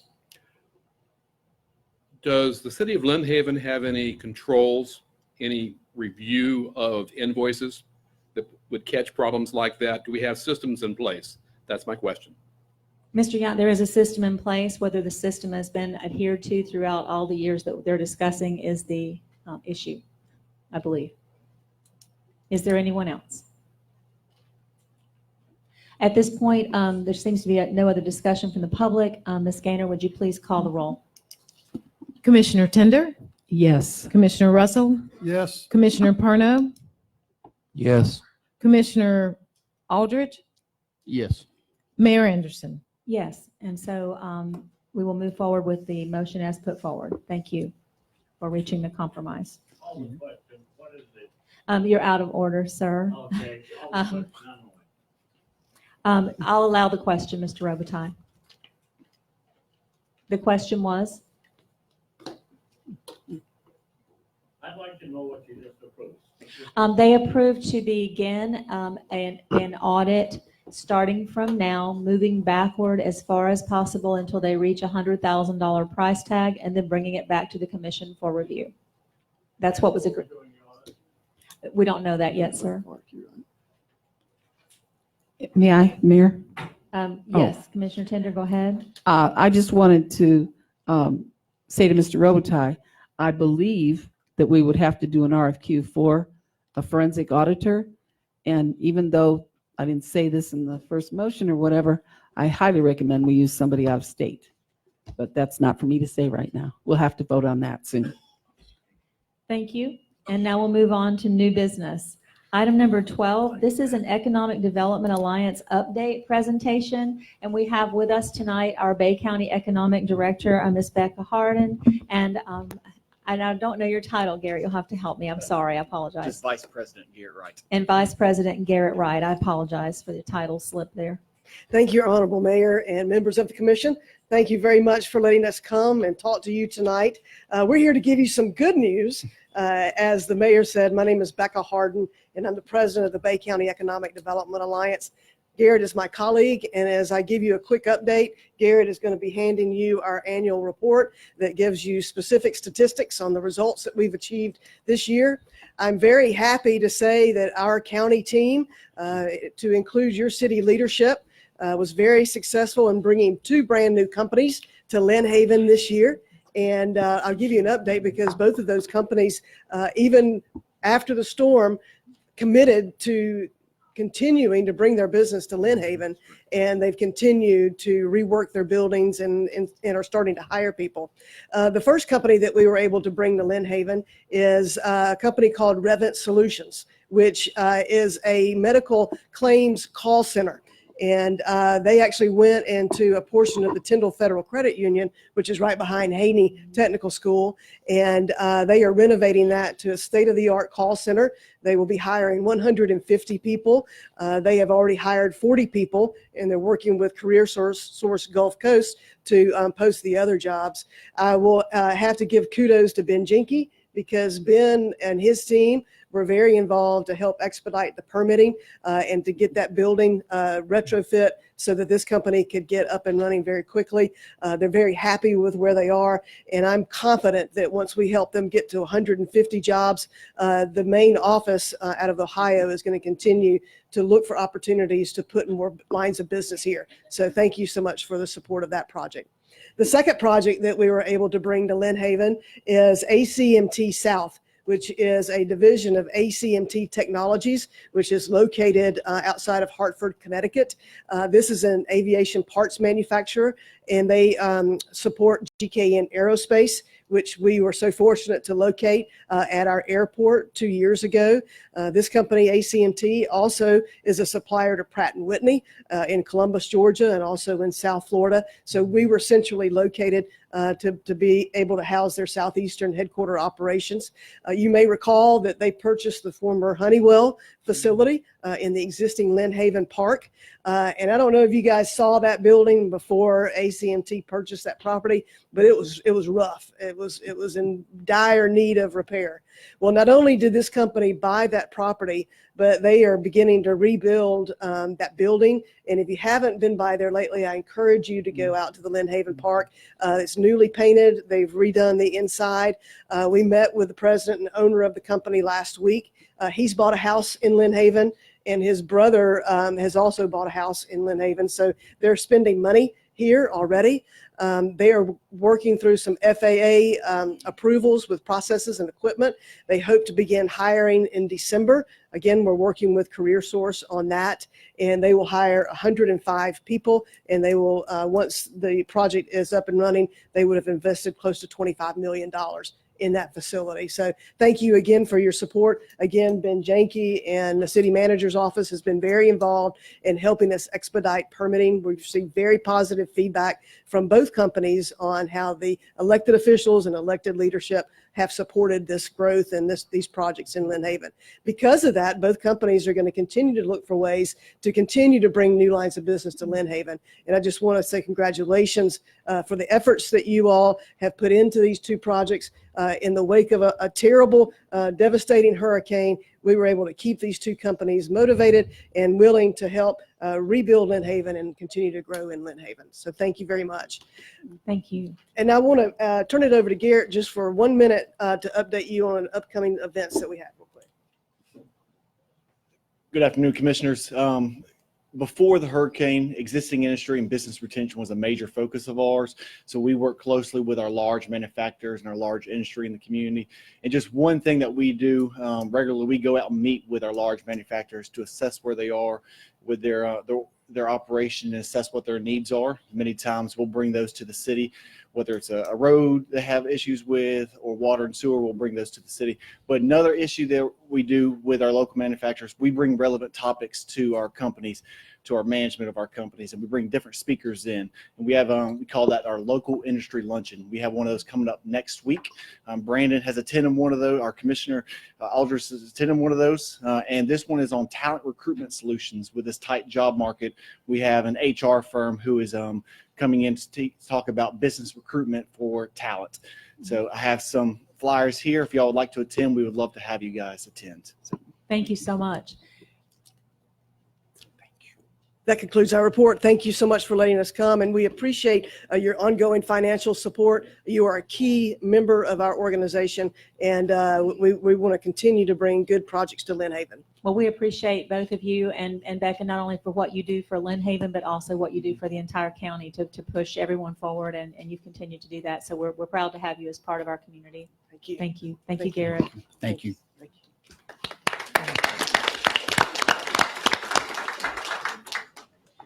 That takes us to item number 13, which is voluntary contraction, de-annexation 19-1, ordinance number 1079, parcel ID number 11823-012-000, Highway 389. And this is first reading by title only.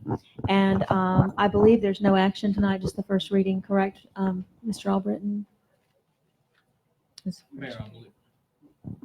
Mayor, I believe that is correct. And then we have a report by our planning director or not? No, just first reading. Okay, thank you so much.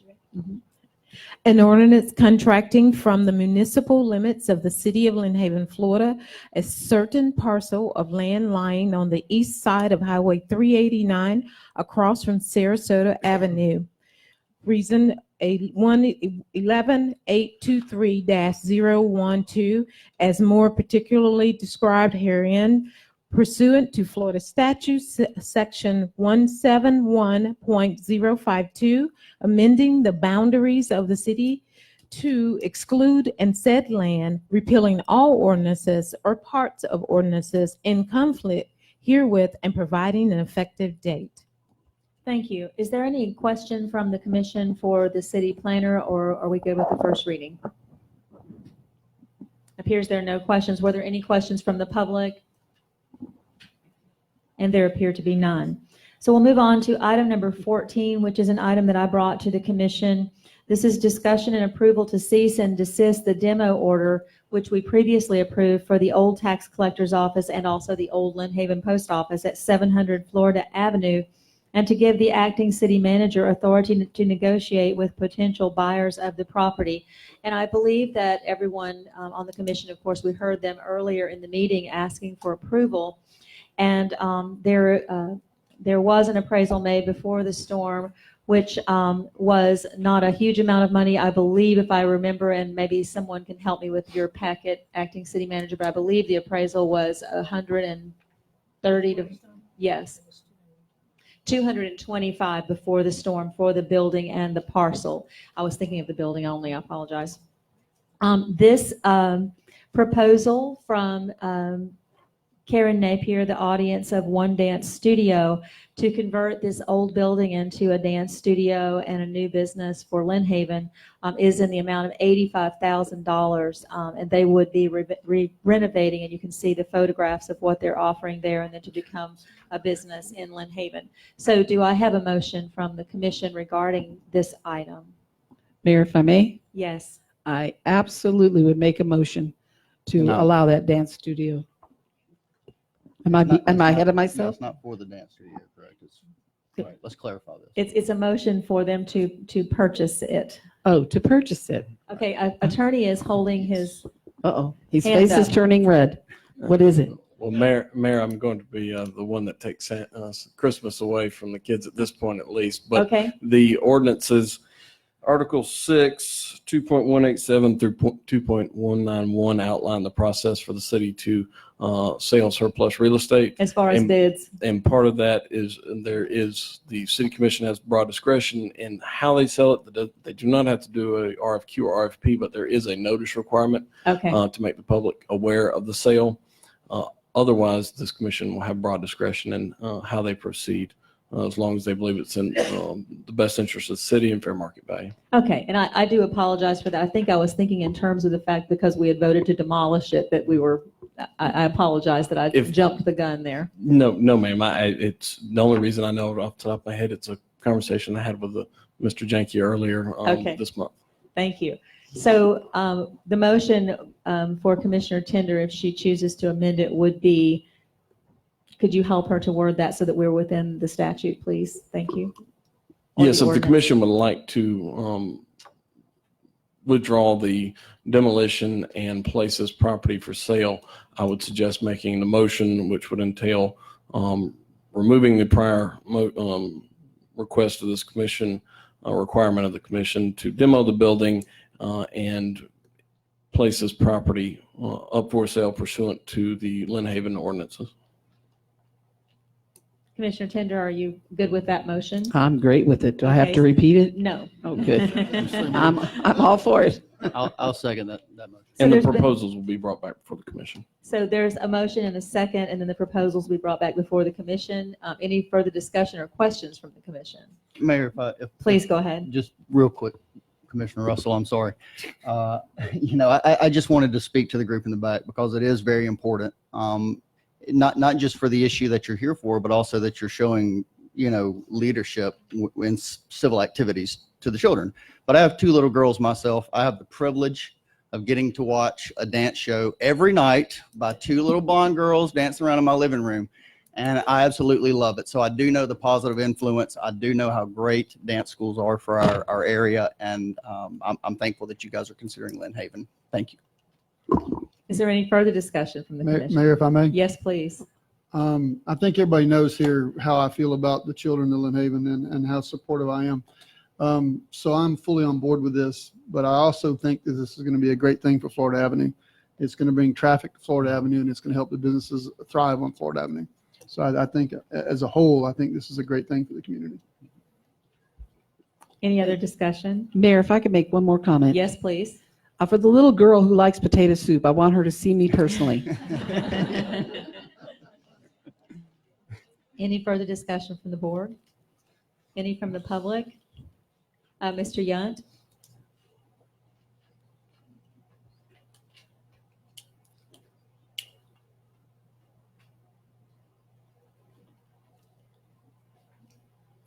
Brad Yunt, 210 Lakeview Terrace. The question that I have is simple. I understand that a dance school wants to go into a building, but we have a lot of parking associated with that, and I wonder if giving all the parking as well as a building to the dance school is the best solution to the problem. Maybe if you leased out the space, that would be a better solution, or maybe if you separated some of the parking from the dance school, that would be a better solution to the problem. Thank you, Mr. Yunt.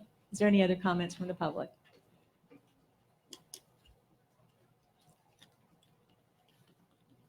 We had thought of that, and the beauty of dance schools is we're closed on weekends. Anybody can park there who wants to. We open up at 2:00. Anybody can park there all day who wants to. Thank you so much for clarifying that. And so at this point, Ms. Gaynor, would you please, there's no one else, right, that wanted to speak? Ms. Gaynor, would you please call the roll? Commissioner Tender? Yes. Commissioner Aldridge? Yes. Commissioner Russell? Yes. Commissioner Parno? Yes. Mayor Anderson? Yes, and I'm very excited that we have gone through the first step of the process, and we'll be moving forward to move a little closer to that dream. And I certainly wish that I had not been mistaken. When it said with potential buyers, I was thinking the potential buyer. So I apologize that couldn't just happen tonight, but we'll see what happens in the future, and good luck to all of you. Mayor, please. Yes? I would hope they don't hold that against me. I hope they hold it against you and not me.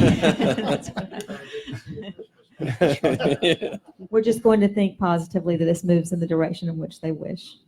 Item number 15 is the discussion and approval to place a stop sign at the corner of 10th and Colorado Avenue per the Traffic Calming Committee recommendation. And I believe Chief Ramey has a report on this.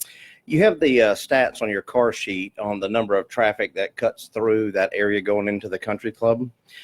David Gibson has been my number one complainer, and rightfully so.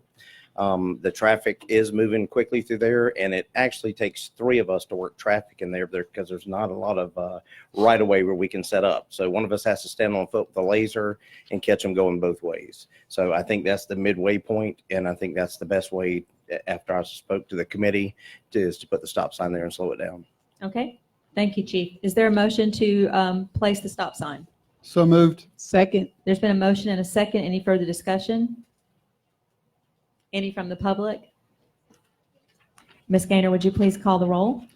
Commissioner Russell, Yes. Commissioner Tender, Yes. Commissioner Perno, Yes. Commissioner Aldrich, Yes. Mayor Anderson. Yes. And so the stop sign does stand approved.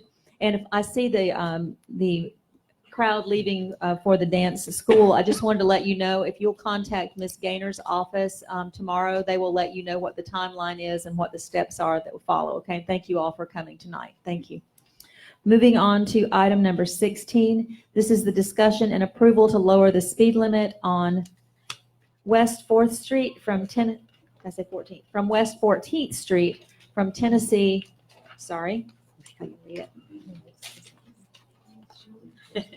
to Maryland to 25 miles per hour. Thank you. Is there a motion for discussion? So moved. Is there a second? Second. A motion and a second for discussion and possible approval to lower the speed limit on West 14th Street from Tennessee to Maryland to 25 miles per hour. Commissioner Perno, did you want to comment on this since you brought it before us? Here's a second, and a motion and a second's good. Let's vote. Is there any discussion from the commission? Any from the public? There appears to be none. Ms. Gaynor, would you please call the roll? Commissioner Tender, Yes. Commissioner Russell, Yes. Commissioner Perno, Yes. Commissioner Aldrich, Yes. Mayor Anderson. Yes. Stands approved. Moving along to item number 17. Discussion and approval to close Highway 77 from 5th to 11th Street on October 15th from 1 to 2 p.m. for the Mosley 2019 Homecoming Parade. Ms. Gaynor, do you have a report? Yes, I'm going to ask Principal Bullock if you come up. They look pretty fit on the second day of school at Mosley High School. Okay. Go ahead. Good afternoon, commissioners, mayor. I want to thank you for giving us this opportunity. As we've talked in the past, Mosley High School is the oldest high school in Lynn Haven, and we would love to be able to continue the tradition of having Mosley High School's homecoming parade go down the heart of Mosley High School. Many of you have had family members ride in this parade down Mosley, and we want to make sure that other family members are allowed to have that opportunity as well. And this is Jacob Pickle. He's our SGA president for the class of 2020. Hi, Jacob. Yes, I'd just like to thank you all last year for approving the motion to continue the parade route down 77. I would just like to ask for your approval again, because that is just the heart of Lynn Haven, and that's what we grew up when we have our older siblings, watching them go through the parade, and that's just kind of like a vision of high school in our minds, and just to have that each year for us to experience that now, it's really something special. Thank you. Is there a motion for approval? So moved. Second. There's been a motion and a second. Any discussion? Any from the public? There appears to be none. Ms. Gaynor, would you please call the roll? Commissioner Russell, Yes. Commissioner Tender, Yes. Commissioner Perno, Yes. Commissioner Aldrich, Yes. Mayor Anderson. Yes, and I would say that I was a teacher from 1988 to 1994 at Mosley, and once a Dolphin, always a Dolphin. Congratulations. Thank you all. Thank you. Item number 18. This would be the approval of 9 more Hurricane Michael Relief Fund grants, and I'm very pleased to tell the commission that due to the last fundraiser we had just a couple of weeks ago, if you'll recall, I ran a fundraiser on Facebook through their special. They have a 501c3 category that you can apply, and Facebook doesn't keep any percentage of the proceedings. We did very well. Almost $7,000 collected there until someone hacked into the account and caused a problem, and Facebook stopped the fundraiser. But we did get that money, and then other people donated at City Hall to put more in because they didn't want to contribute, of course, since the Facebook hacking had happened. So we are able, because of that one fundraiser, to give, it was $9,000, and we're able to give 9 more families who have applied for the hurricane relief grants $1,000 each to help them in their rebuilding and recovery efforts. And I think we can feel so very proud of this account as we get closer to almost $200,000 now given out based on charitable contributions to this and to help the families here. So I would ask for a motion to approve these additional 9 grants. So moved, Mayor. Second. In a second. Thank you. Is there any discussion? Mayor, I just want to, if you don't mind, Sure. applaud you for, because I mean, you took the lead with this, and Thank you. I'm really impressed with what you've done with the city for this. Thank you. I appreciate that. And I would also like to say that I continue to push this out, and I hope that eventually that my sincere prayers are answered and that a big corporation might step forward with an additional $1.5 million. That's all we need to fill every additional grant that's there. So if you believe in the power of prayer, and as probably politically incorrect as it might be, I hope that you'll lift that up and think that that could happen for all these families who desperately need it. So is there any further discussion? Any from the public? Ms. Gaynor, would you please call the roll? Commissioner Russell? Yes. Commissioner Tender? Yes. Commissioner Perno? Yes. Commissioner Aldridge? Yes. Mayor Anderson? Yes, and so 9 more families will be getting those phone calls. And I would say publicly to those who are listening, if you have applied for this grant, you need not apply again. As the money comes in, we immediately send it out. So your grant, your application will continue to be active until it is filled. Item number 19, discussion and possible approval of RFQ number 18/19-5, pricing negotiations for Kane Griffin Park. Acting City Manager Vicki Gaynor has a report for this for us. Yes, ma'am. We did meet the Panhandle Engineering, some representatives from GAC, David Horton with the Community Services. And in terms of this particular RFQ, we were not able to come back to the commission with the 2 million and under. Mayor, if we were to go with all of the things that we've taken out of the first grant, we still come, the first bid, we come back at about 2.8 million. And then our subtotal is about 2.5 million. And so we were not able to get to that $2 million for Kane Griffin Park to renovate that. My recommendation would be that we rebid this project out in sections. Okay, is there a motion or discussion on this item? Mayor, if I may, Sure. as much as it disappoints me to say this because it's going to kill my time frame, I would like to make a motion that we rebid this in sections and that it be required that at a minimum we advertise it regionally. See if we can get some more bids from outside this area. There's been a motion. Is there a second? Or Absolutely, I second that. There's been a motion and a second. Commissioner Aldridge, did you want to comment? Just a question. Commissioner Russell, I think you make it answer this for me. I know the intent, the time frame at least, is the grass, right? Yes, if we voted to move forward on grass, I mean, does Mr. Malden say if we planted grass this year and had it irrigated, had that part done, would it be ready for spring if we kind of moved along on the other equipment and stuff as we go? In other words, the time frame's the grass. Is the grass doable in your opinion? Mayor, if I may? Sure. As much as I would like to say yes, Commissioner Aldridge, I'm at a point where I would say that we're getting the cart before the horse now. Right. I don't think we can get the irrigation down. If we did put the sod down, you got to have irrigation. Yeah. And as much as I hate that we're going to disappoint these children and not have spring baseball and spring, softball, I think that we have to do what's right for the city as a whole. And I think that's putting it back out for bid and trying to get the numbers where they need to be. Thank you for the considerations. So there's been a motion and a second. Any further discussion or rebid of this project? Is there any comment from the public? Yes. Leon Miller, 1508 Mississippi Avenue. If I'm not correct, you said you're going to do it in bids, in sections. Yes. Have you prior to this section yet? Have we prioritized the sections, Ms. Gaynor? Yes. Actually, we have, and I'm going to ask Chris Forehand if he'll come up and talk about those sections. Thank you. Good evening, Mayor and Commissioners. I'm Chris Forehand with Panhandle Engineering. I did discuss with Vicki about breaking up Kane Griffin into several sections, and what I had recommended was breaking it up into the site work. So that's everything, we call it horizontal. But that would include like your fencing and things like that, because they are considered horizontal structures. And then everything vertical, which would be your concession stand, restrooms, batting cages, and those types of things. And then a third package, which would be your lighting, site lighting, and also the ball field lighting and the major electrical to serve those lights. And then a fourth, which would be the splash pad and all of its components. And the reason I thought about breaking it up in those type packages is because you get different type contractors that build those specific facilities.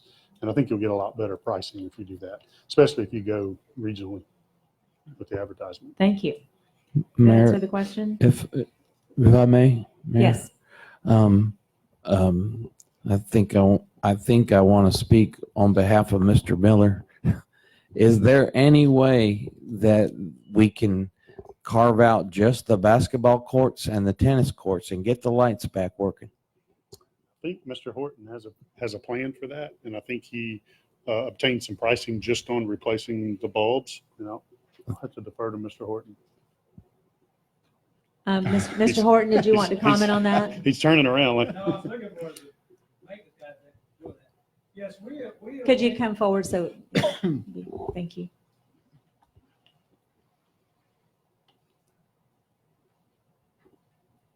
We've been having around 2,000 people listening at home to these, so please try to speak to the microphones. What we have done, we have, before we started with the Kane Griffin project, we went out to see how much it would cost us to light just the basketball court, and to keep the poles and to get new wiring and new lights, LED lights, is $34,000.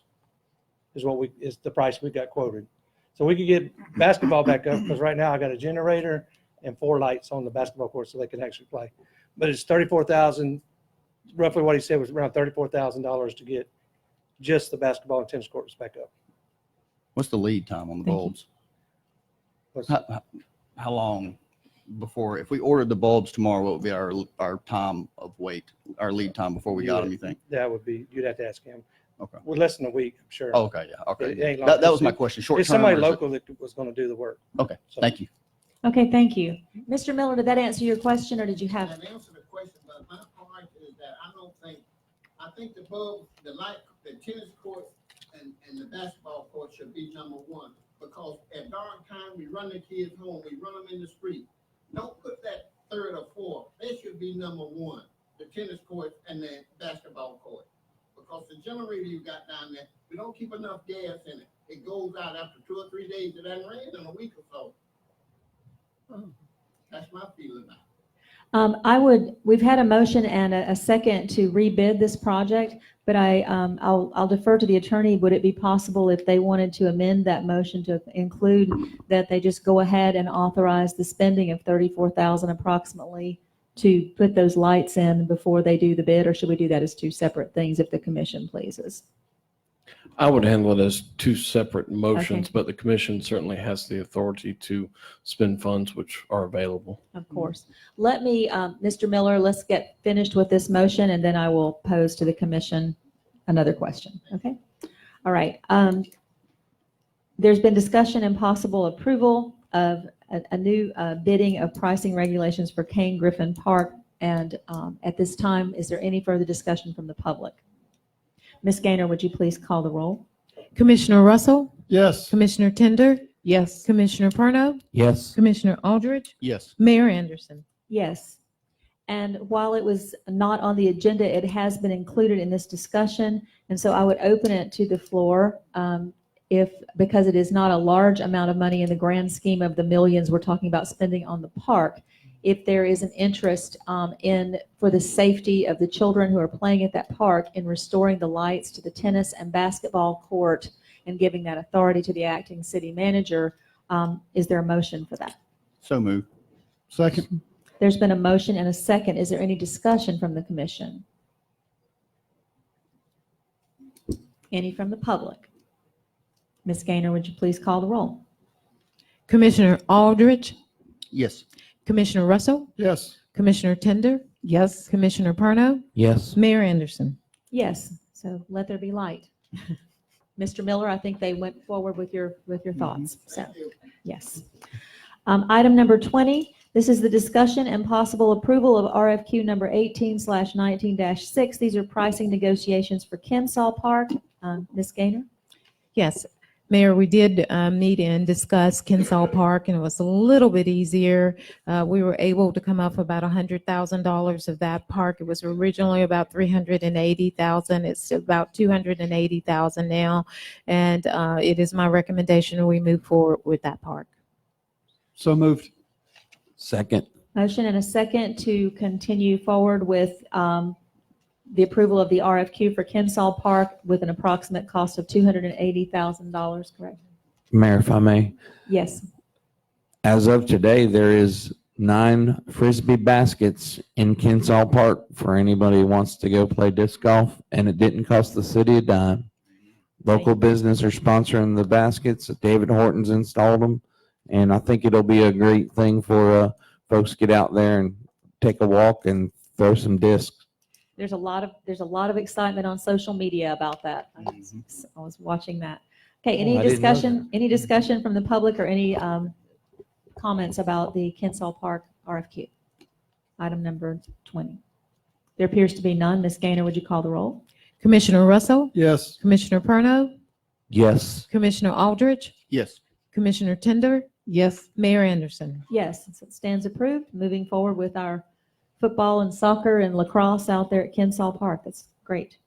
Item number 21, discussion and approval to piggyback off the City of Fort Walton Beach's service contract for outsourced utility billing. Would give us a brief explanation for that? Yes, ma'am. A couple of months ago, we did pass for the city to go out and to have the printing and billing and mailing outsourced. In the midst of us really searching for an RFQ, we found an RFQ that had already been put together in Fort Walton. We did pass it by our legal counsel, and he inspected it, and it was a RFQ that we could piggyback on. And so inside your packet is a request to go on and use Arista for our printing, mailing, printing, mailing for the utility billing. Is there a motion for approval? Mayor. Or a Yeah. motion for discussion or a motion of some kind? I'll make a motion for the sake of discussion, Mayor. Is there a second? Second. Okay, a motion and a second for discussion of this item number 21. Please go ahead, Commissioner Tender. Acting City Manager, I just wanted to ask you, Yes, ma'am. have you done a cost analysis, what it cost us to do our printing and billing now versus outsourcing it? Yes, ma'am. We actually presented that to the commission a couple of months ago, and we did that cost analysis and including a person who spends 2 days doing nothing but printing and billing, the overtime, all of the paper, all of the printing and the cartridges and everything that needs to be done. It was about $70,000, and this entire vendor will cost us about $66,000 a year. So it kind of weighs itself out so that we can use those folks in customer services that spend a lot of time in these efforts in getting those bills out. They can be used to really help our customers because they spend a lot of time behind the scenes trying to get billing out. Thank you. And Go I'm ahead. sorry, Go ahead. is there any chance that cost is going to go up after a few months? No, ma'am, we actually have a contract for this contract will be for 24 months. But will it include the fact that we're shy about 14% of our meters now? So as people start to move back into town, those numbers are going to go up. Do they charge us We by the bill? We actually gave them a number of 12,000 per month. So that actually is a little bit more than what we would originally give them. So we gave them a higher number. Okay, thank knowing you. that would come back. Those will come back. Thank you. Yes, ma'am. Are there other questions? Mayor, if I may. Yes, please. First, I'd like to state that, I mean, if you've ever watched the young ladies that print our bills, you'll realize how antiquated our system is. And it's just a matter of time if we're going to replace the equipment anyway. But I do have a question. I noticed that we're using first-class mail. I mean, is that a requirement, or is there, I mean, any particular reason why we're not using bulk rate mail? No, sir, there's not. We can definitely look into bulk mailing. It just takes a little bit longer to get there. And we were running, I think part of the problem was history past that they were running right up into the date to get the bills out to try to get them to our customers as quickly as possible. So surely we can look at that. Okay, the only concern I had, I mean, I think we're spending, I think it's 38 cents a 39. postage, 39. And I know bulk rate would probably get us down to 4 or 5 cents a postage, which is a pretty significant saving if the timeline works. That's just something I would suggest looking at. Okay. If I could add to that, also, Commissioner Russell and to the rest of the commission, I think the first class postage is really necessary. And the reason I do is one of the complaints that I get when I have people calling about their water bills, and this has been an ongoing thing, is that there's already a very tight timeline from the time they receive the bill until the time it becomes a late fee.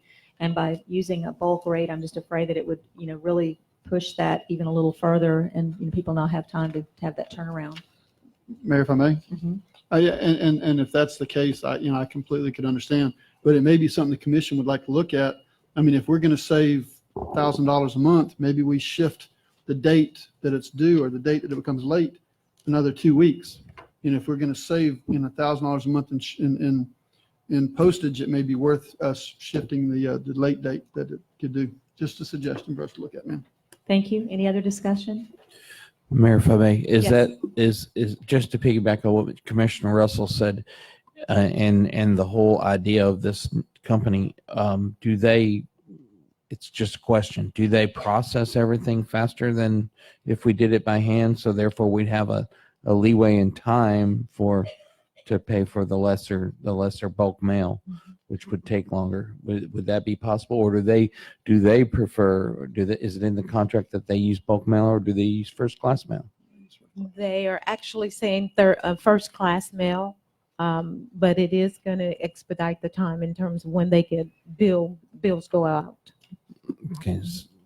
Mayor, if I may. Sure. Just for edification, the package is stating that we're going to spend $4,680 a month in postage, and that's and the total cost is only $6,000 a month. So I mean, 3/4 of this cost is postage. So that's my only question. I'm not saying it's something we need to do. I just think we need to look at it, ma'am. And that was definitely something we were spending when we were doing it the antiquated way as well. Mayor, may I speak? Yes. I just wanted to ask the acting city manager, have we looked into sending out the monthly bills by email? By email? Well, not, I'm technically challenged. I mean, just Electronically. sending them out, Yes. electronically. Is it a possibility, or we're not there yet?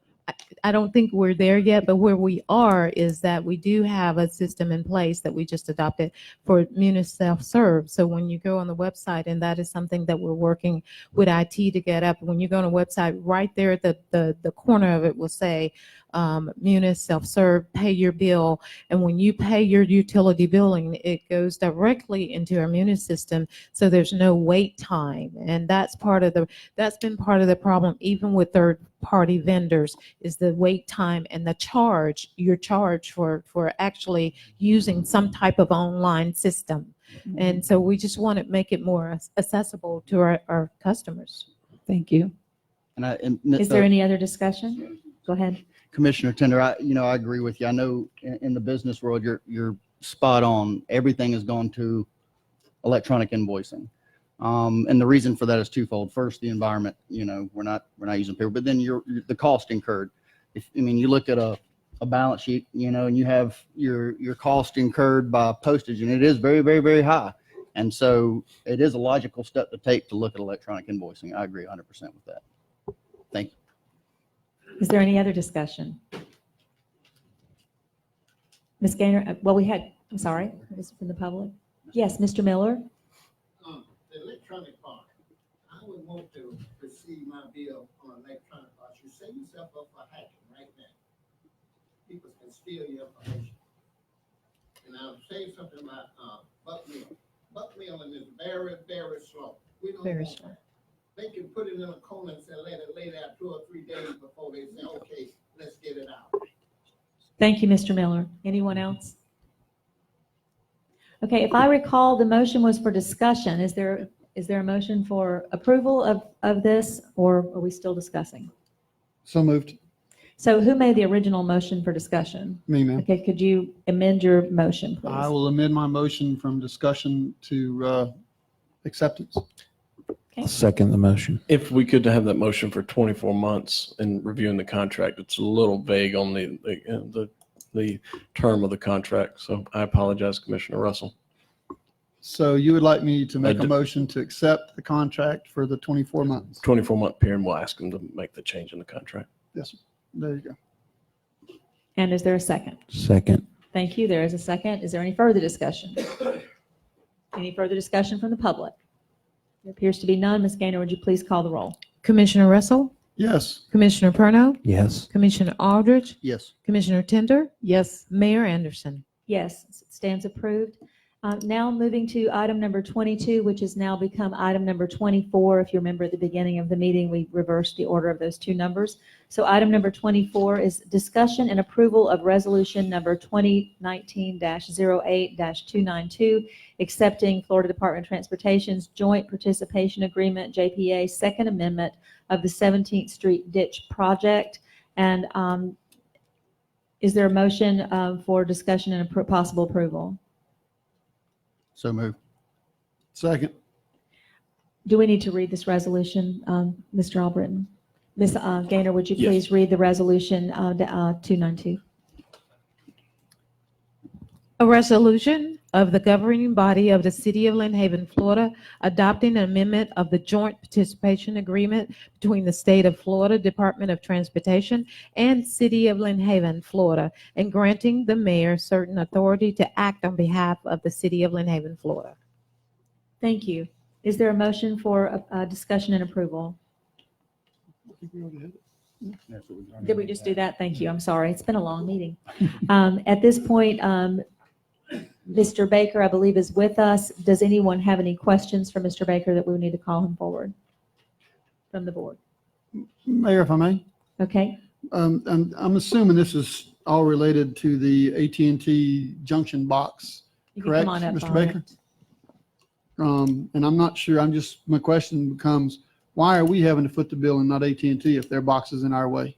We're not. This is a DOT funding project. They're actually funding this. Okay, but are we not having to increase our amount and say, okay, all right, so I'll answer that question again when we get to Right. This 24. isn't, the one you're about to approve is $106,000 that DOT will pay for. Okay, I'm sorry. And then I'll wait you're for- correct. It is the AT&T junction box. That's the problem. But our participation is more money, and is it not? No. No? Okay, then I'm sorry. I must be mistaken. I'll ask my question again when I get 22. Sorry, Mayor. Thank you. No problem. Any other questions for Mr. Baker while he's up or close by? Any questions from the public? Ms. Gaynor, would you please call the roll? Commissioner Russell, Yes. Commissioner Aldridge, Yes. Commissioner Perno, Yes. Commissioner Tender, Yes. Mayor Anderson. Yes, so it stands approved. Moving on to item number 23. This is discussion and approval for the amended task order of Panhandle Engineering for the 17th Street Ditch Project. And again, the Director of Public Works is here if anyone has a question, but is there a motion for discussion and possible approval? So moved. Second. Been a motion and a second for discussion and possible approval for the amended task order of the Panhandle Engineering for 17th Street Ditch Project. Any questions from the board? Yes, ma'am. Okay, Now, is this related to the AT&T box also? Yes. This is for CEI services. Then For my the question project. becomes, why are we having to increase our amount when it's an AT&T box? Why were you not making them pay for this? They are paying for it. DOT is paying for all of this. No, but it's my understanding from this that we're increasing our amount that we're having to pay as well, correct? Correct. The one you just approved, the joint participation agreement, DOT is picking up the cost for the engineering and the construction. So it's not going to cost the city any more money? Correct. Okay, I apologize for misunderstanding. Thank you, Mayor. Any other questions from the commission? From the public? Mayor, just so we're clear, the entire amount is $106,000 and $15. So that everybody knows that all of that is included in this JPA. Thank you. With JPA meaning Joint Participation Agreement. If you're like me, I hate acronyms. Okay, there we are. Anyone else have a question from the public?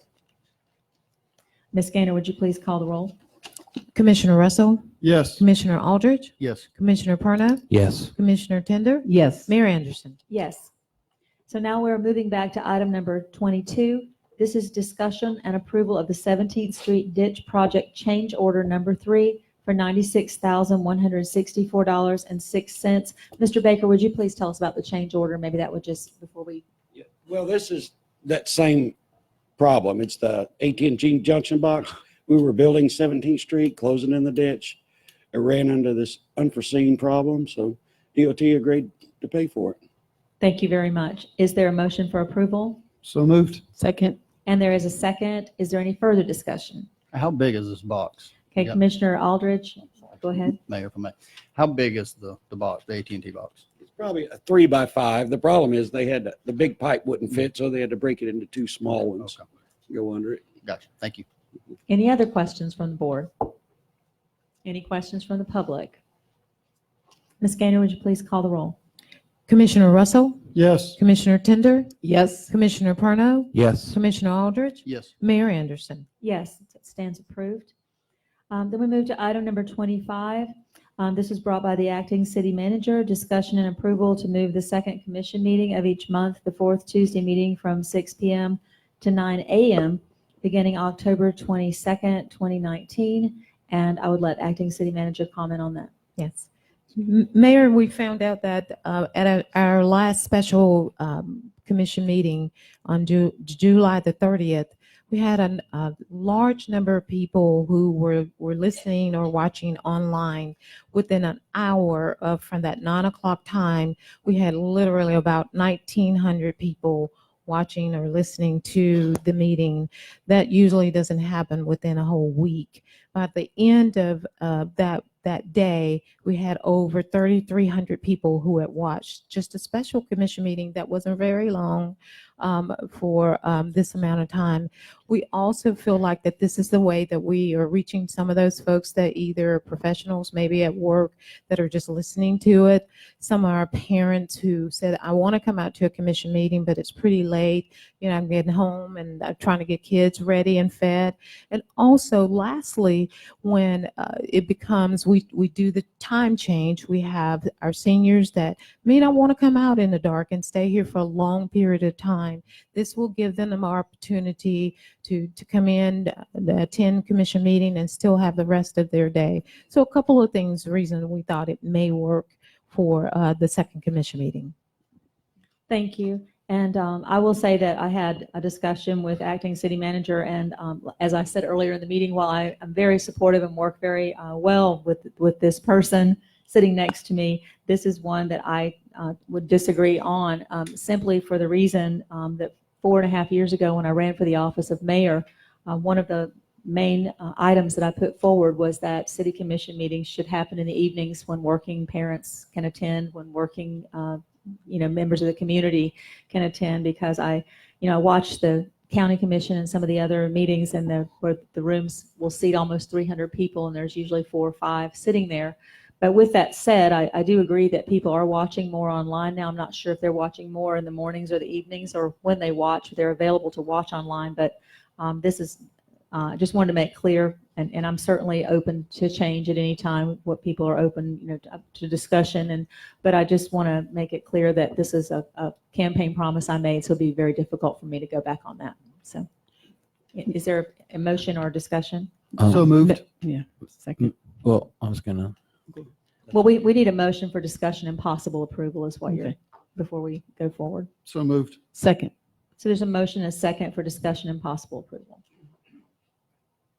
No, Commissioner Perna? I would just like to say that, is it possible, if we do move the meetings to 9 a.m., that we have someone in the, employed by the city or possibly at a laptop? If we have that many people online, can we get public commentary from the, from the viewership? We're already getting that. They're already making And their comments. they can make comments and Yes. be spoke back at the meeting? Well, there's someone that has been doing that at the meetings already.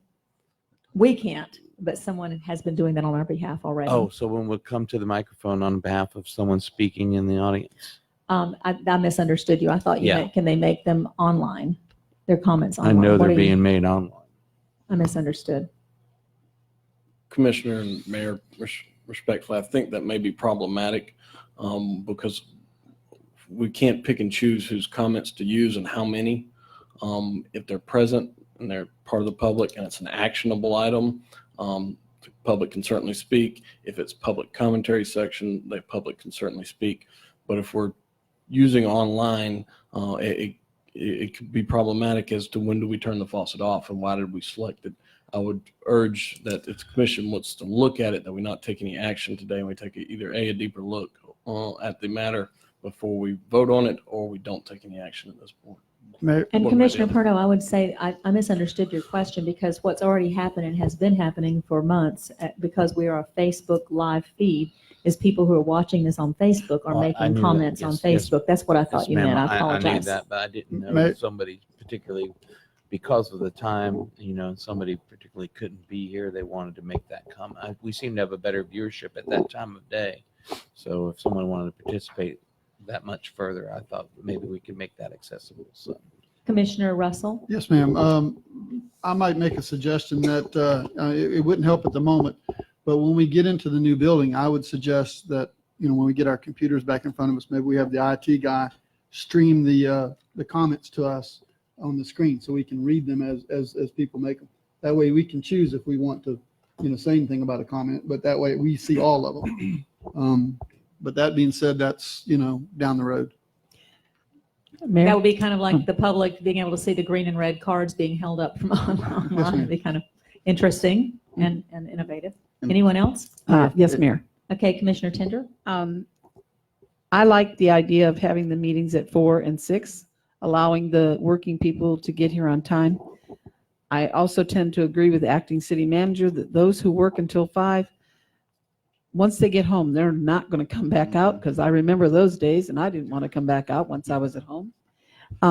But if this commission chose to change the meeting till 9 o'clock, I would like to see a caveat that we only do it for the winter month time change. So the senior citizens didn't have to come out in the dark and look at the numbers before the time change again, just to kind of take a look at it and see what the attendance is versus how many people are on Facebook. Not everybody's on Facebook, and I don't want to exclude anybody from coming to a meeting either. So just a thought. Thank you, Commissioner. Okay, we'll call for public comment in a moment. Mayor? Commissioner Tender, thank you. And Commissioner Russell? Yes, I just want to point out that it is just for the second meeting of the month. The first meeting would still be at 4 o'clock. And I would also, was that all you wanted to say, Commissioner? Yes, ma'am. I also wanted to make the comment that, to me, even now, having one meeting at 4 and one at 6 is still a little confusing. This was a compromise because it was a hard-fought fight to get it changed. I will promise you that it was a very hard-fought fight. And it was finally a compromise that we would leave, because 4 o'clock still doesn't let working people get here. Most people don't have time, and even then. So, I'm still one of those people who would like to see both meetings in the evening, and then people who can't come out could watch from home. But anyway, the 4 and 6, as far as I'm concerned, they both should be at 6. But that's just my opinion. And it's been that way since I ran for mayor. Mayor, if I may Yes, as well please just go ahead. chime in for 1 second. I remember you ran on that, and I actually supported that 110%.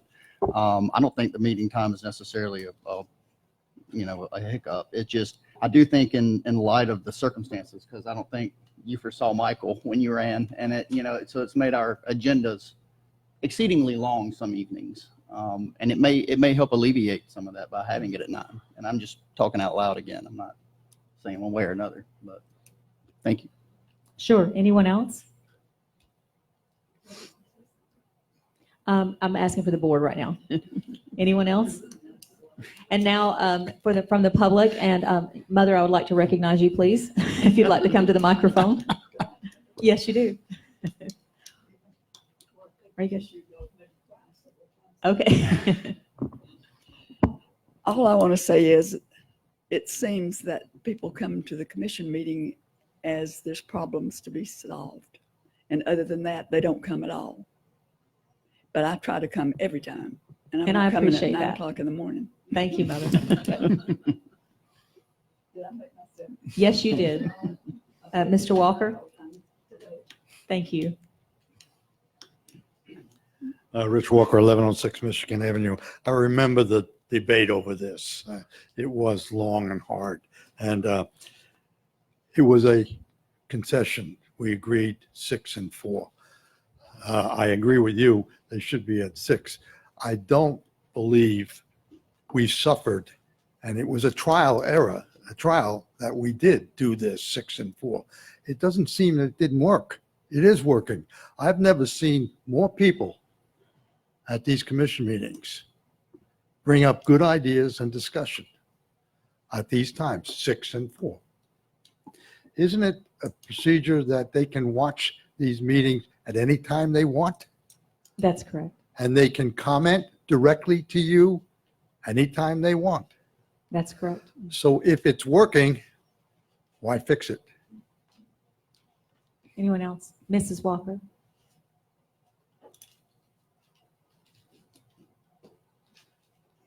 Janet Walker, 1106 Michigan Avenue. My husband and I attended that 9 a.m. special meeting, and I believe my husband and I were the only residents in the meeting room at that time. I don't think 9 o'clock personally is a good selection for commission meetings. 9 a.m., dentist appointment, doctor's appointments, hairdresser's appointment, but not a commission meeting. I like it the way it is. Thank you. Is there anyone else from the public? Yes, ma'am. And Jody Moore, 2129 Amherst Street. And I was also part of that. And I think I actually was the one who said 4 and 6. But anyway, not to take too much credit. What happened before was all the commission meetings were always at 4 o'clock. And 5 people would show up. And that was one of the things. There was a lot going on, and people in this community work and do take care of their children and so forth, and they're very busy. And if you have it at 4 o'clock, people just aren't going to come. I would personally be okay with maybe say a 10 o'clock and a 6 o'clock, but I think you at least have to have one of the meetings later so that working people can at least come, and I'm one of them. And just going back real quick, I just wanted to say there was a little bit of misinterpretation when I said before. I said we were in a shambles. I appreciate we've come a long way, and we have a long way to go. So, but thank you for what everybody is doing. But again, I'm okay with 4 to 6, or like I said, if you guys think that we could do maybe a 10 and a 6, if you think that that would reach more people, I think that would be a good compromise as well. But please keep at least one of them 6 o'clock. And I think this motion is that the 6 o'clock meeting would be the one that was changed to 9. So I don't know if they would be willing to, Yes. Hello, I'm Libby Tennell. I live at 711 C Florida Avenue. And I like the way it is now. We have a good crowd that comes at 4 o'clock. And I don't think I'd get up at 9. People don't call me until after 9. And at night, they don't call me after 9. So I think this is a good time that we're doing it now. And just to speak for the parents as well. Commissioner Aldridge? I'm sorry. Go ahead. Just to speak for the parents, I guess, that are out there, the dancers and all of them. Commissioner Tender's exactly right. Once you get home at 5 o'clock and you get them youngins, out of their school clothes and playing on the trampoline and cooking dinner and all that good stuff, there's not coming back out after that. So it may be a good compromise to at least try it and see if we hit different audiences at different times. And if it doesn't work, we can always change it to whatever we feel like. I mean, at the end of the day. Is there any further discussion from the public? Yes, sir. Mike Fluharty, 510 East 3rd Street. If the commission meetings were held at 9 o'clock in the morning and you have school in session here and you have it here, then you're going to have a parking problem, and I may not want to come to them then. to me, I go along much more with either 4 o'clock or 6 o'clock. And in all fairness, even though I am against it, they did say that we would, at that point in time, we'd be meeting over at the City Hall building. So in fairness to the motion, that is what they said, but I'm still against it. Is there anything else from the public? Anything else from the commission? Ms. Gaynor, would you please call the roll? Commissioner Russell, Yes. Commissioner Tender, Is it too late to ask a question? We're pretty much at the vote, Commissioner Tender. And we are voting on changing it? Yes. No. Commissioner Perno, Yes. Commissioner Aldrich,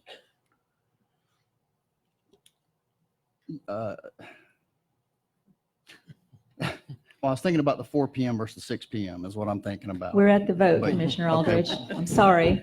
Yes. Mayor Anderson. No. And so they will make that change beginning October 22nd, 2019. And it's approved. May I Moving- ask a question? Well, we've already voted, but you may Yeah. ask a question, yes. So we are not, would we have the option in a few months or whatever to bring it back up and possibly change it right back if the? Yes, if you do. things- You Okay, always thank- have that option, Well, there you go. Thank you. which I will do. Item number 26, discussion and approval to move all city commission meetings to the temporary City Hall building, which is facing Pennsylvania Avenue, beginning with the September 2019 meetings.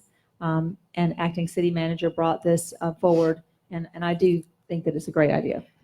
Yes, Mayor, Lynn Haven Elementary School has been wonderful to us, but we know we're impeding on their ground as well. They just started back to school. There are lots of things that they need to do in their media center and cafeteria. And we do have some space in our temporary buildings that we feel like that we could house enough people who attend commission meeting. Thank you. Is there a motion for discussion and possible approval? So moved. Second. There's been a motion and a second for discussion and possible approval. Any questions from the board? Any comments? Any from the public? There appear to be none. Ms. Gaynor, would you please call the roll?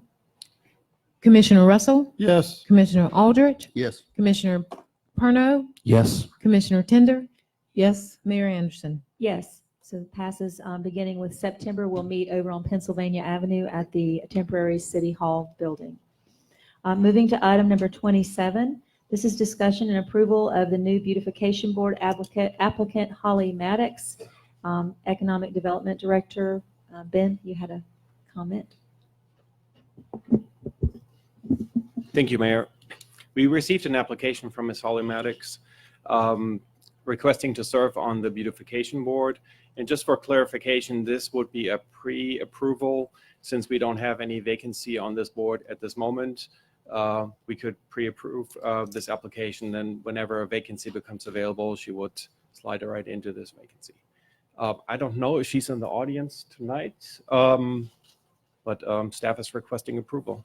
Okay, I appreciate that. Is there a motion for approval of this applicant to be in line for the next available opening on the beautification board? Move to approve. Second. There's been a motion and a second. Is there any further discussion? Yes, Mayor, if I may. Yes. My question is, do they have to be a Lynn Haven citizen to occupy this board? Because her application, she has checked that she does not live in the city limits of Lynn Haven. I think at this time, I'm answering the question, but I think at this time, many of the people who have applied are temporarily displaced, but actually do live in Lynn Haven. I'm not sure if that's the case here. That's what I was assuming. Well, that's the only reason I asked, Mayor. I just want to Thank make you. sure. Yes, ma'am. I mean, I'm not against her. I mean, I love we- anybody that She- wants to volunteer. She can't serve till there's a vacancy anyway. Exactly. If you're not sure, it's fine. I have to verify this, but she works for a Lynn Haven business, and That's part of the, but I will verify this. okay. Sorry about that. So would we need to table that, Mr. Albritton, until the next meeting? What is your advice? Or can we approve it on contingency that she is or will be a Lynn Haven resident before she would take the seat? Mayor, I would, two options for the commission is either table this and we can bring back an answer and possibly put this on the consent agenda if if the answer is in the affirmative.